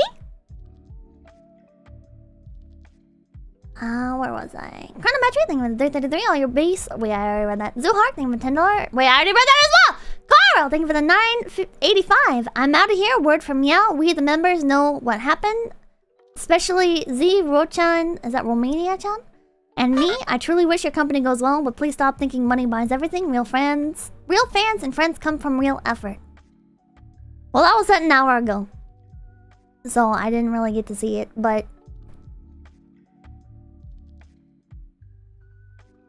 I think that's a key point that maybe I know I didn't convey as strongly as I probably should have.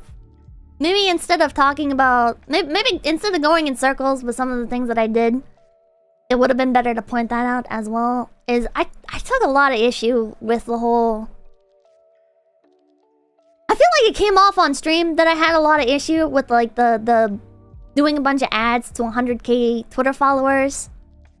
But I didn't convey it properly. Like, I didn't actually voice why it was an issue. And it's because it's just a numbers game. Like, that's... You can have 100,000 Twitter followers. And you spent $15,000 on that. And what does that actually do for the members of your company? It's just an ego thing. It's just an ego thing. It doesn't actually provide anything for your talents. It's feeding into your ego. And it might look good for some surface level attraction, but I don't feel like you're building an honest or authentic company in doing so. You know, like Face Connect, right? Like, we coulda did the same thing, you know? Coulda did like a bunch of Discord raffles, and we could've pumped our numbers to all hell. But what does that actually do for the talents? What does that do for the people inside the company? Nothing. And we've seen this demonstrated with other companies before. I'm not gonna, like, attack anybody or name names, but you can put a bunch into that, but at the end of the day, it's just a vanity thing. Like, somebody in chat keeps putting out the vanity metrics. It's just an ego thing. It doesn't... It feels nice, big number feel nice, but it doesn't lead to consistent results. Authentic Annoy Fox, thank you for $2. This bro damn near forgot everything. What a joke. Well, I mean, he's tired. John Garrison, thank you for $5. You pushed when needed but weren't combative. You are good at interviewing. Well, thank you.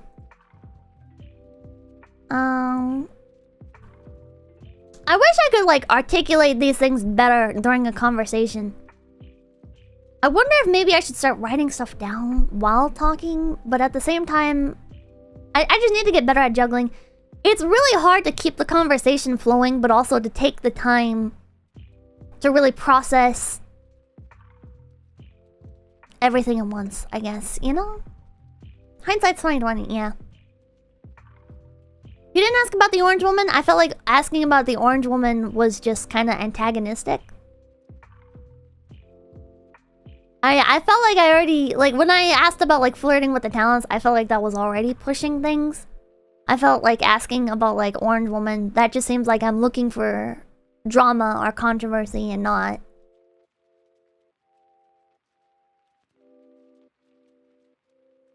letting the dialogue flow naturally. Dale 710, thank you for the 33 Pip Pro interview tonight, Pippers. Tonight was Perkino, thank you. Nobody knows the games, thank you for the $20. What the fuck is a VIP super? And he shut down there? Yeah, I honestly got kind of anxious 2 times there. First thing was the flirting thing, right? Asking about the flirting thing.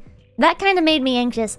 And then the other thing was when I pointed out that, like, he allegedly said some stuff on Twitter. I couldn't tell if he was joking when he said, like, oh, do you want me to sue you? I was like, was that a joke? I feel like it was probably a joke, right? But I don't know, it just kind of... caught me off guard, kind of fucked me up for a moment. Because, like, the rest of it, that was a joke, half joke. I don't know. It was a weird joke? Okay, it just kind of... I don't know if that was, like, him aggressively drawing a line in the sand, or just banter, or... Because, like, suing over tweets isn't really... I guess a thing that I've heard of. I don't know. Anyways, we don't joke about lawsuits in America. No, because we'll actually do them. I think it was attempted banter to lighten the mood. Ah, man, Yuri, I wonder if I could bring you on and we could talk about this. Like, maybe not specifically talk about TV. I wonder if management would be fine with just doing a general discussion of your experience with the VTuber industry. I fear? Yeah, I think you have reason to fear. Oh god, I have DMs. I got a DM from Sakura saying the dude is a dead man. Lol, let him die in one piece. I'm sorry! Jesus, man. Authentic and boxing for $5. I thought he was saying that he was saying allegedly so he doesn't get sued. He didn't say he would sue you. He was reminding you to use allegedly. Ah, okay. Why would you get sued over using the N-word on Twitter? Allegedly. Who's gonna sue you for that?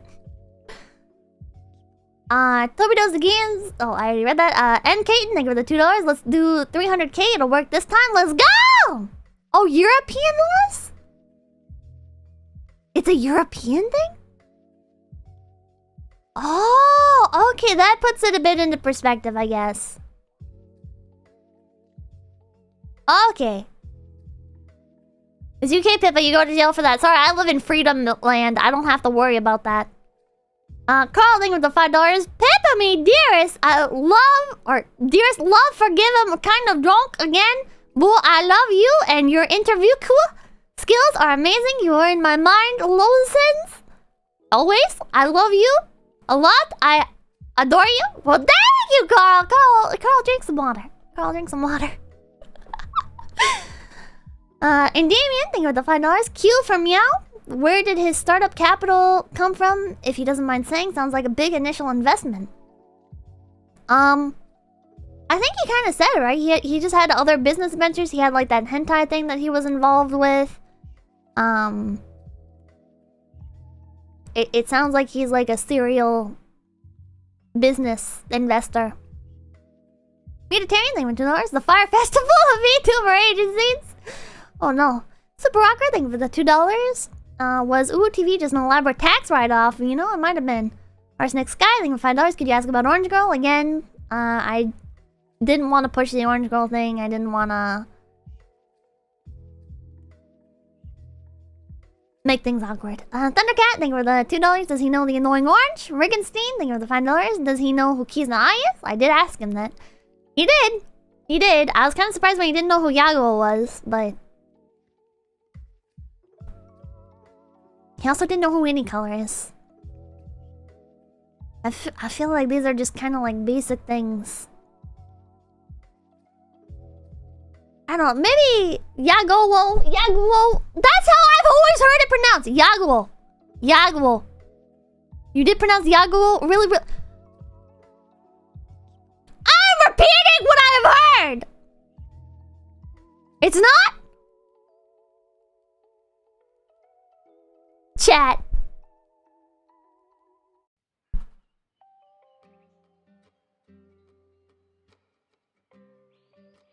Can I get like a... I don't know. Maybe there's another video thing. O plus U is long O in JP, but it's just YAGOO. Yagu?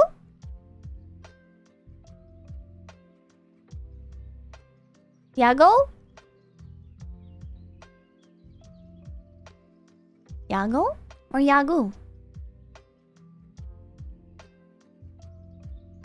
It was closer to Miao than she thought. No, because I've watched the fucking JP streamers talk about him, and because originally I thought his name was pronounced Yagu, and then I fucking heard them say 𝐿𝐻𝐿, and I was like, that's how? I'm gonna fucking find it. You had it right there? Oh my god. I'm curious. I'm gonna have to find some. I'm gonna have to find people pronouncing it. That's the accent? It's the accent. You were doing so good. Shut up. Sebastian Cervezing for the $2.60. Chill question for your relief. What kind of VTuber company and content would you prefer to lead? Describe your dream, or at least a dream. Was that for Miao or was that for me? If it's for me, I have no interest in leading a VTuber company. If it's for him, I don't think he knows. He stated multiple times he doesn't know. And I don't think he really knows enough about the industry to be able to make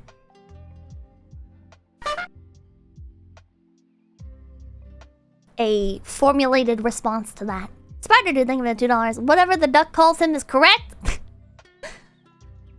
Pippa UFO, thank you for the $3.69. Pippa actually based AF, please take my first super chat. Oh, thank you. Thank you. And I hope you guys are doing alright there over in Kawa. I hope things are fine. I hope things are fine at every company. That sounds like I knew something. I don't like know anything. I'm not like, oh my god. I just mean like there was a lot of discussion tonight, man. It's fried my brain. Company candidate! Infested Runner, thank you for the 420. Sorry to break it to you, man, but VTubers aren't a turnkey operation.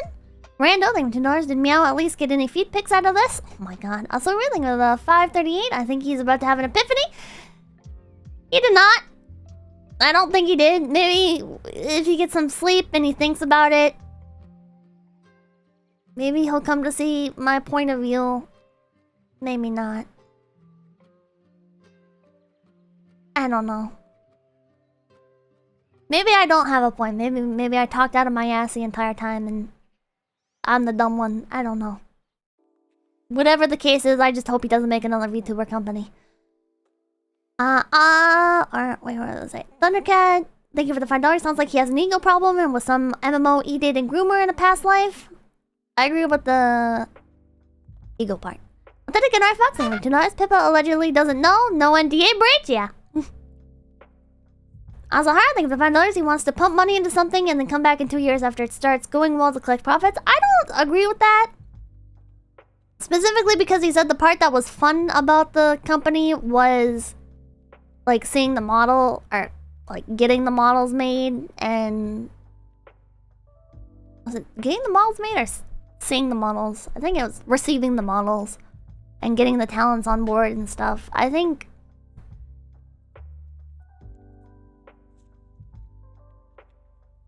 he thinks... I think he likes things that have instant gratification. I think he likes those little hits of dopamine. I think if he was fine with just pumping money into it and then coming back in 2 years, then he would have hired other people to manage the company for him.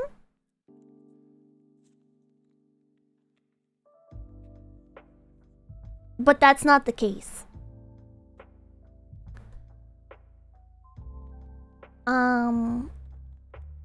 Yeah. That being said, I don't understand his mindset entirely. I don't know what he actually wants. I don't know what he would be good in. Cypher says executive producer type. I don't know. I don't know what the best role for him would be. I just don't think he should be directly in charge of vulnerable people. You know? Like, I feel like performers... Infamously, performers struggle greatly with their mental health. They're a lot more vulnerable than employees in any other industry, like... Or any other field, I guess, not just... Because the VTuber industry isn't the only one with performers, right? It's the same thing with television actors and stuff. I think there's a certain sense of delicacy... Can that word be used here? I don't know. I think you need delicate gloves handling performers. I think you need very delicate gloves. Singers, yeah. Because it's all in the same vein where... Delicateness, yeah. It's all in the same vein where people have been known, and this happens in every job, right? It can happen in every job. But the mental pressure on performers, I feel like, is generally worse and leads to more, maybe, irrational actions, or leads to maybe a greater sense of dependency on their employers, right? He's actually pronounced as Yu-Gi-Oh! Pippa Love. Oh my gosh, business name of $10. Right? Because it's like... Entertaining is a public-facing job, and it's a very highly competitive job, right? Like, being a performer, you can have all the fucking talent in the world, and you'll still get thrown away and potentially blacklisted from an industry if the people in charge don't like you, right? With VTubers, you see that less so. With streamers, you see that less so. But not entirely less so. I guess. Does that make sense? It's like...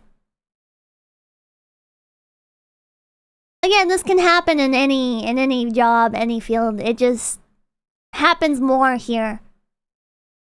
And then this type of job is more unstable than a lot of other jobs, I guess. I don't know what the best way to word it is. You'd have to, in order to like completely explain what I'm talking about, that's an entire fucking 3-hour stream on its own. Killadori, thank you for $5. I'm reading the Face Connect webpage, and it states Face Connect is founded by a couple of friends without much planning, way more passion. I think it's more passion and more willingness to do research, right? So Sakuna knows a lot about the VTuber industry, and what he doesn't know, he gets from other people, right? What he doesn't know how to do, he hires other people to handle. And yeah, he has always had specific goals. So, Face Connect didn't get disbanded over Discord, yeah. Also, yeah, it's a very tongue-in-cheek statement. It's not literally like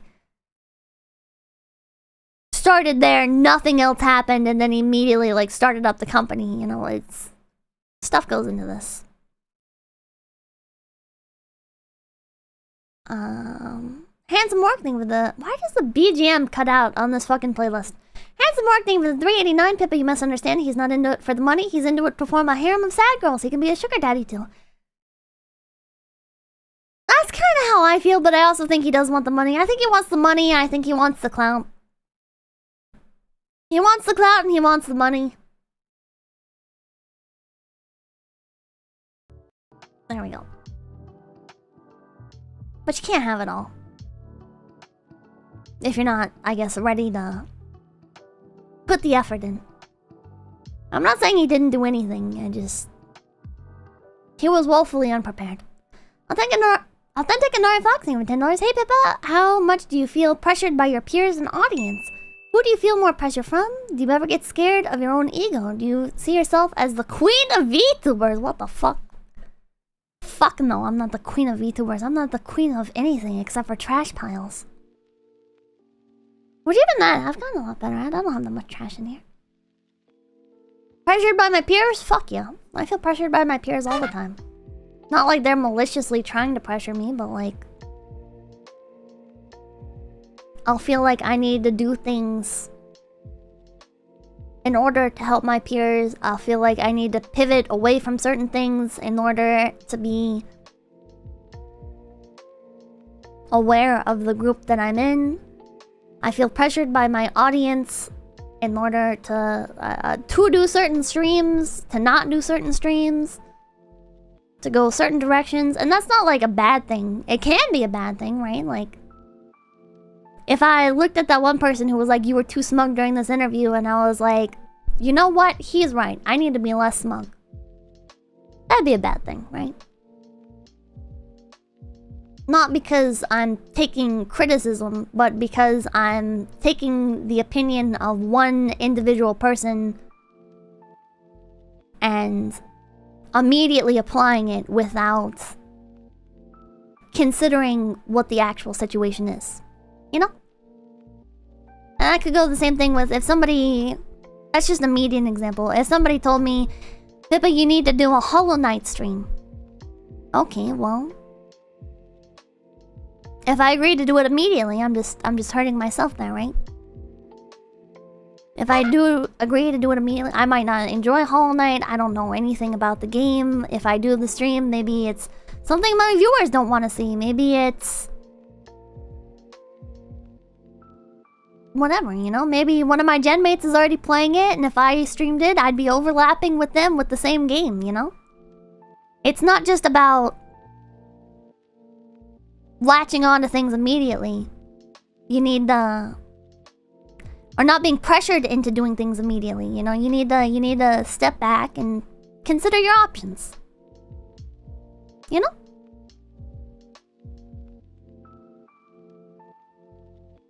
It's about balance. Who do you feel more pressure from? I guess I feel more pressure from my... I don't know. You know, I don't know actually. I think it's kind of a mix. I feel certain pressures with some things and certain pressures with other things. You ever get scared of your own ego? I guess, yeah. I had a bit more of an ego when I first started out, and I took things a lot more personally. I took things very personally, and then I got the advice given to me to just treat it like a business. And from there, it was kind of a struggle to figure out how much of a business I should treat it like, and how much of a passion it should be treated as. But I'd say the business thing really squashed a lot of my ego. Good advice from Fishman? That was not from Fishman. That was not from Fishman. But, I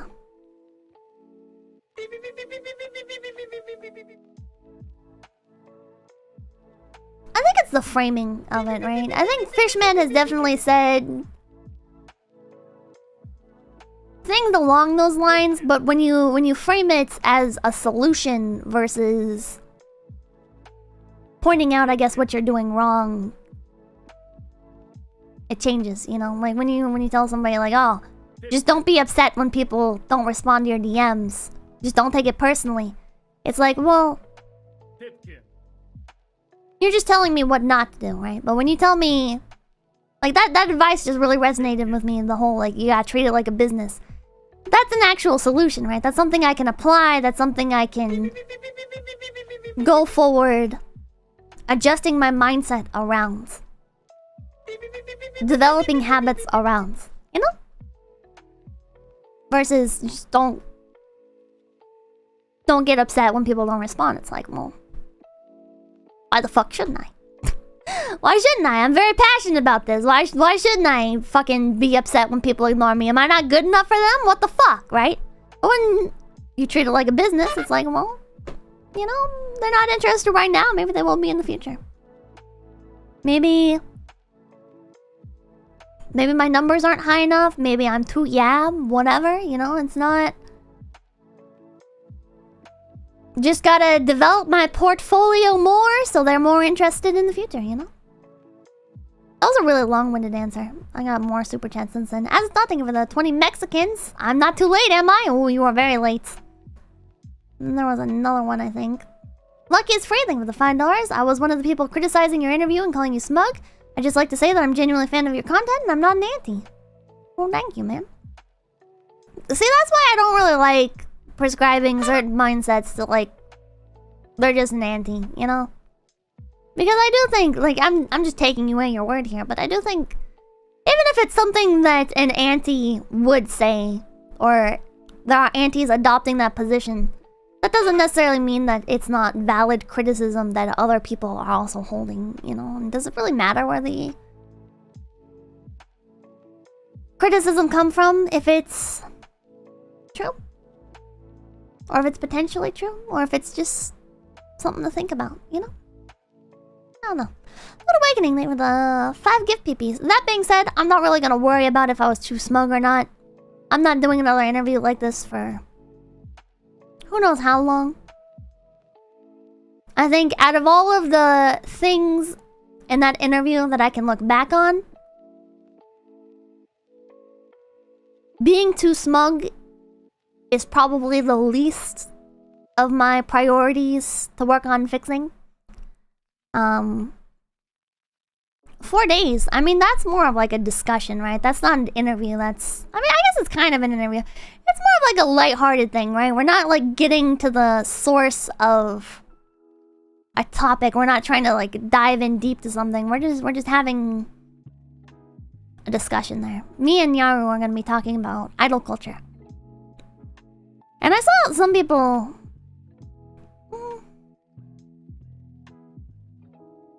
I don't know. Don't let brainworms ruin it for you. I've been here for too long now. I've been here for too long to let brainworms about something like that. Like, oh, I was too smug. Oh, yo, whatever am I gonna do? I still feel like the interview turned out pretty good. You know, if some people thought I was too smug, that's fine. It's something to consider in the future. But I have bigger priorities right now. I appreciate the feedback regardless. You know.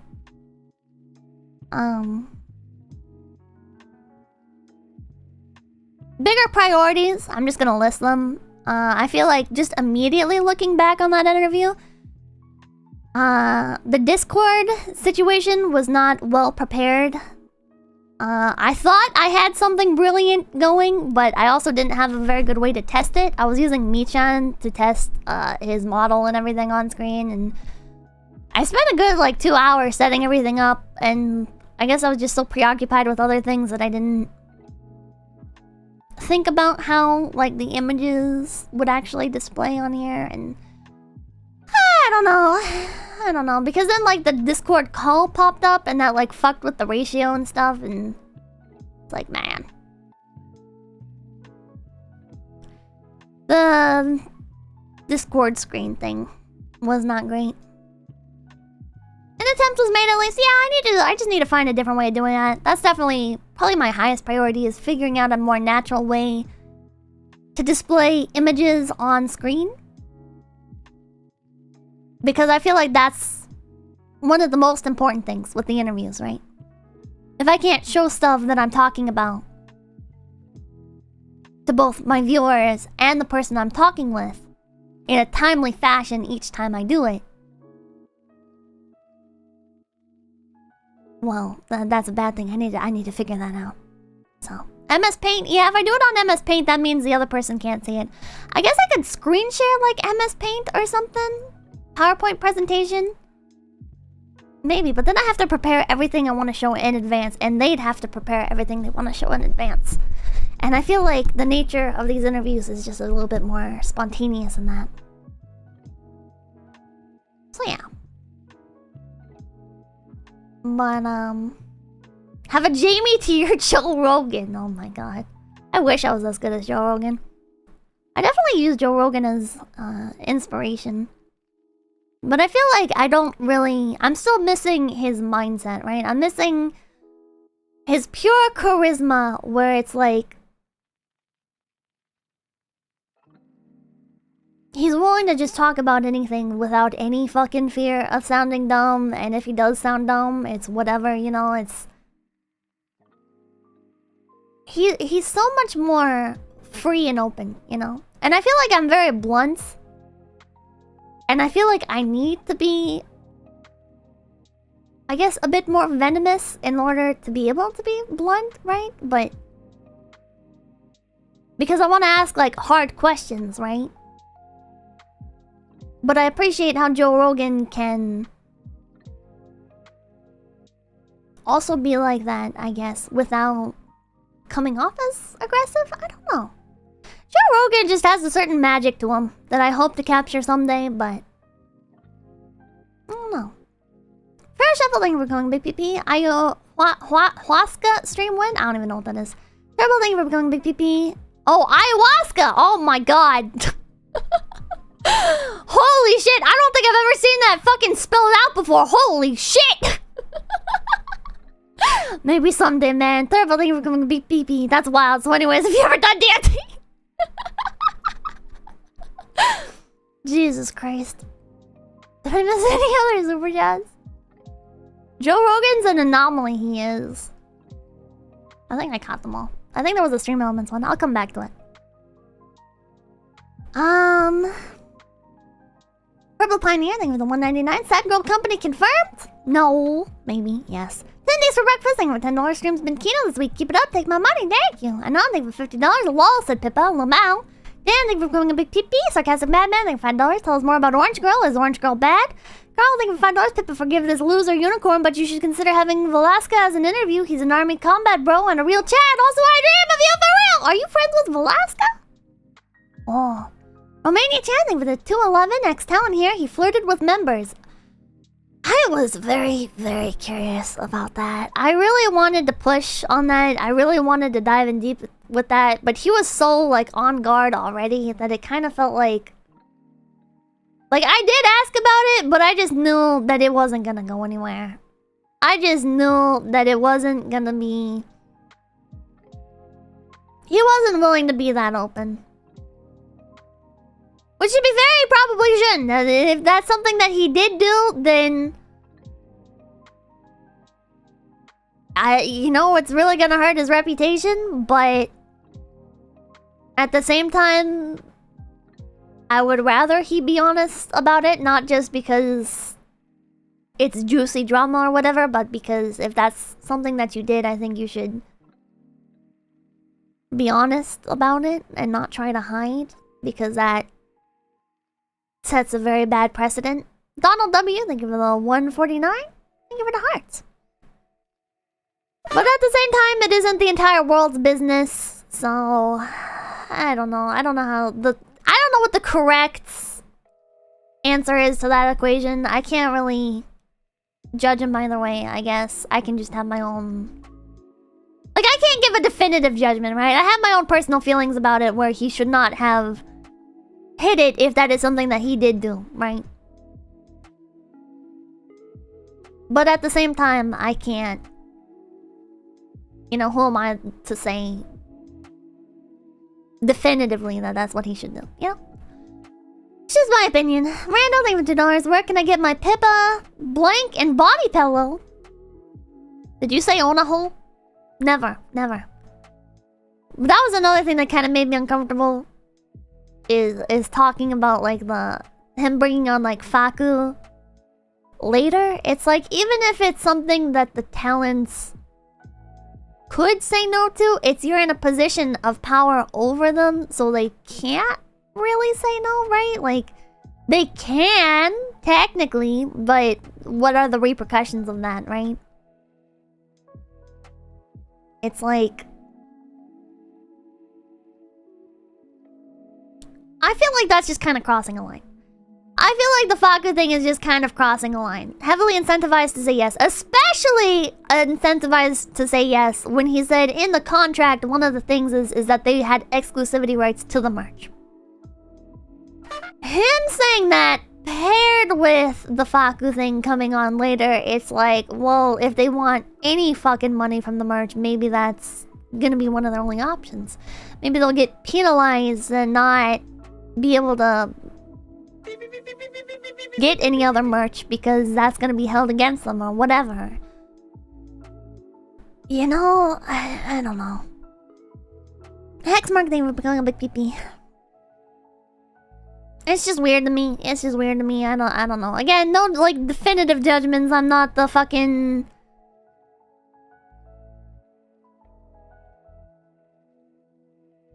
judge, jury, and prosecutor or whatever. It's just... it felt weird to me personally. Enter the 3 thing for the 108. It's about ethics and VTubing. Plural thing for the 246. Hello, ex-member here. Miao, tell her how much you spend on botting the Twitter account. I feel like that's another part where I kind of messed up on. Is I kind of went into it with the assumption that he was botting. Because I definitely strongly felt like he was botting. I should have been better about giving him the benefit of the doubt, but God, like 100k followers on Twitter, whatever fucking marketing experience you have, why are you working with VTubers? If you can get a fucking VTuber account to 100k Twitter followers without botting, like, you're in the wrong industry, dude. You should be fucking working as a marketing expert. Like, you know secrets that everybody else doesn't. Yeah, and then the barely interaction thing, barely any interactions on it, I just... very, very suspicious. Big Fuzzy Hat, thank you for 333. But I shouldn't have went with a preset bias against him in that case. I should not have had a preset bias against him in that. It was kind of aggressive, unnecessarily. I should have remained more impartial about it.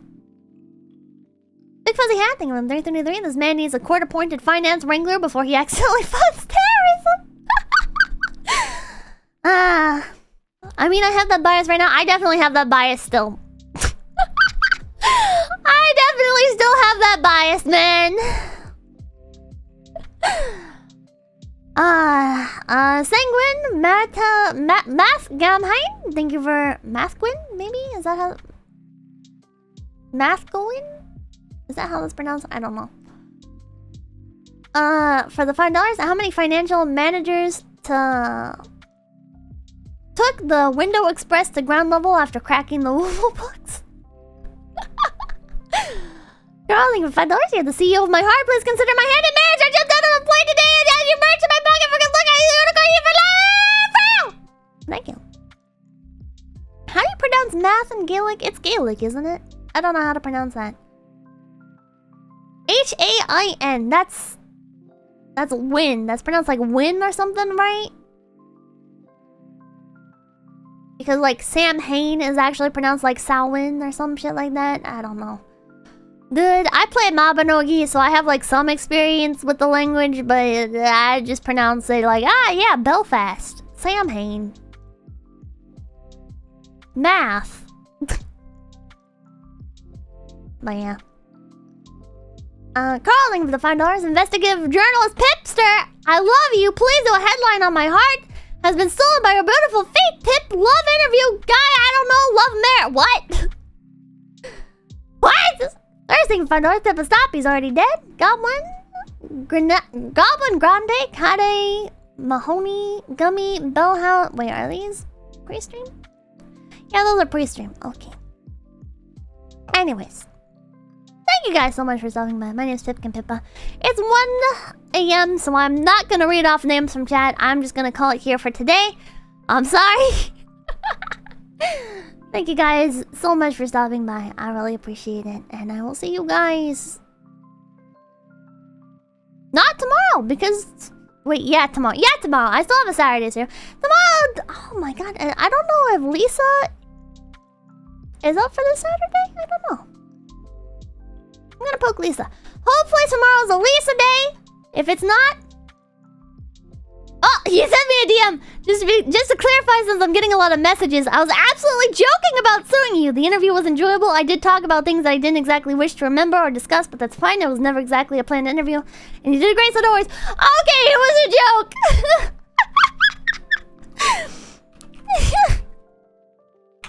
Well, Mal, thank you, man. Sorry about the messages.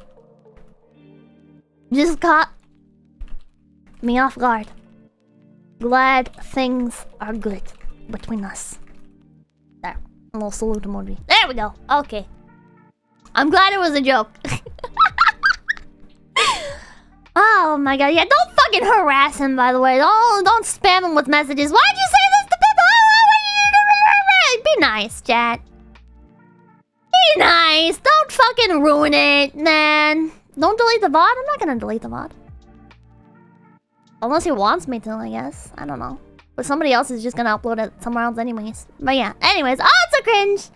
Sleep well, everybody, and I'll see you guys tomorrow.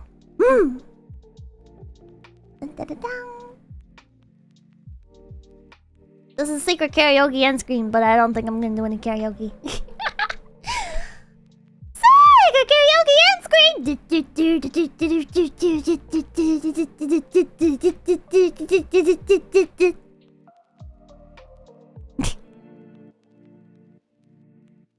Two nights without a song? Oh my god, should I do a song, chat? I feel so cringe doing them after interviews. I don't know why. I don't know why I feel so cringe doing them after interviews, man. Go to sleep? Yeah, I think I'm gonna go to sleep. I'm fucking tired. Dude, I slept so hard today, man. oh my god. I went to sleep. I woke up around my usual time. I was like, no. Went back to sleep. Woke up again. I was like, no. And then I got up anyways because I had to get shit done. So, that's life. That's life! Sing next stream? Yeah. I'll sing for next stream's intro. How about that? Yeah, that's a good idea. You can read Irie. Alrighty. Oh my god, I can't believe people are awake at this hour. Holy shit. Okay, guys.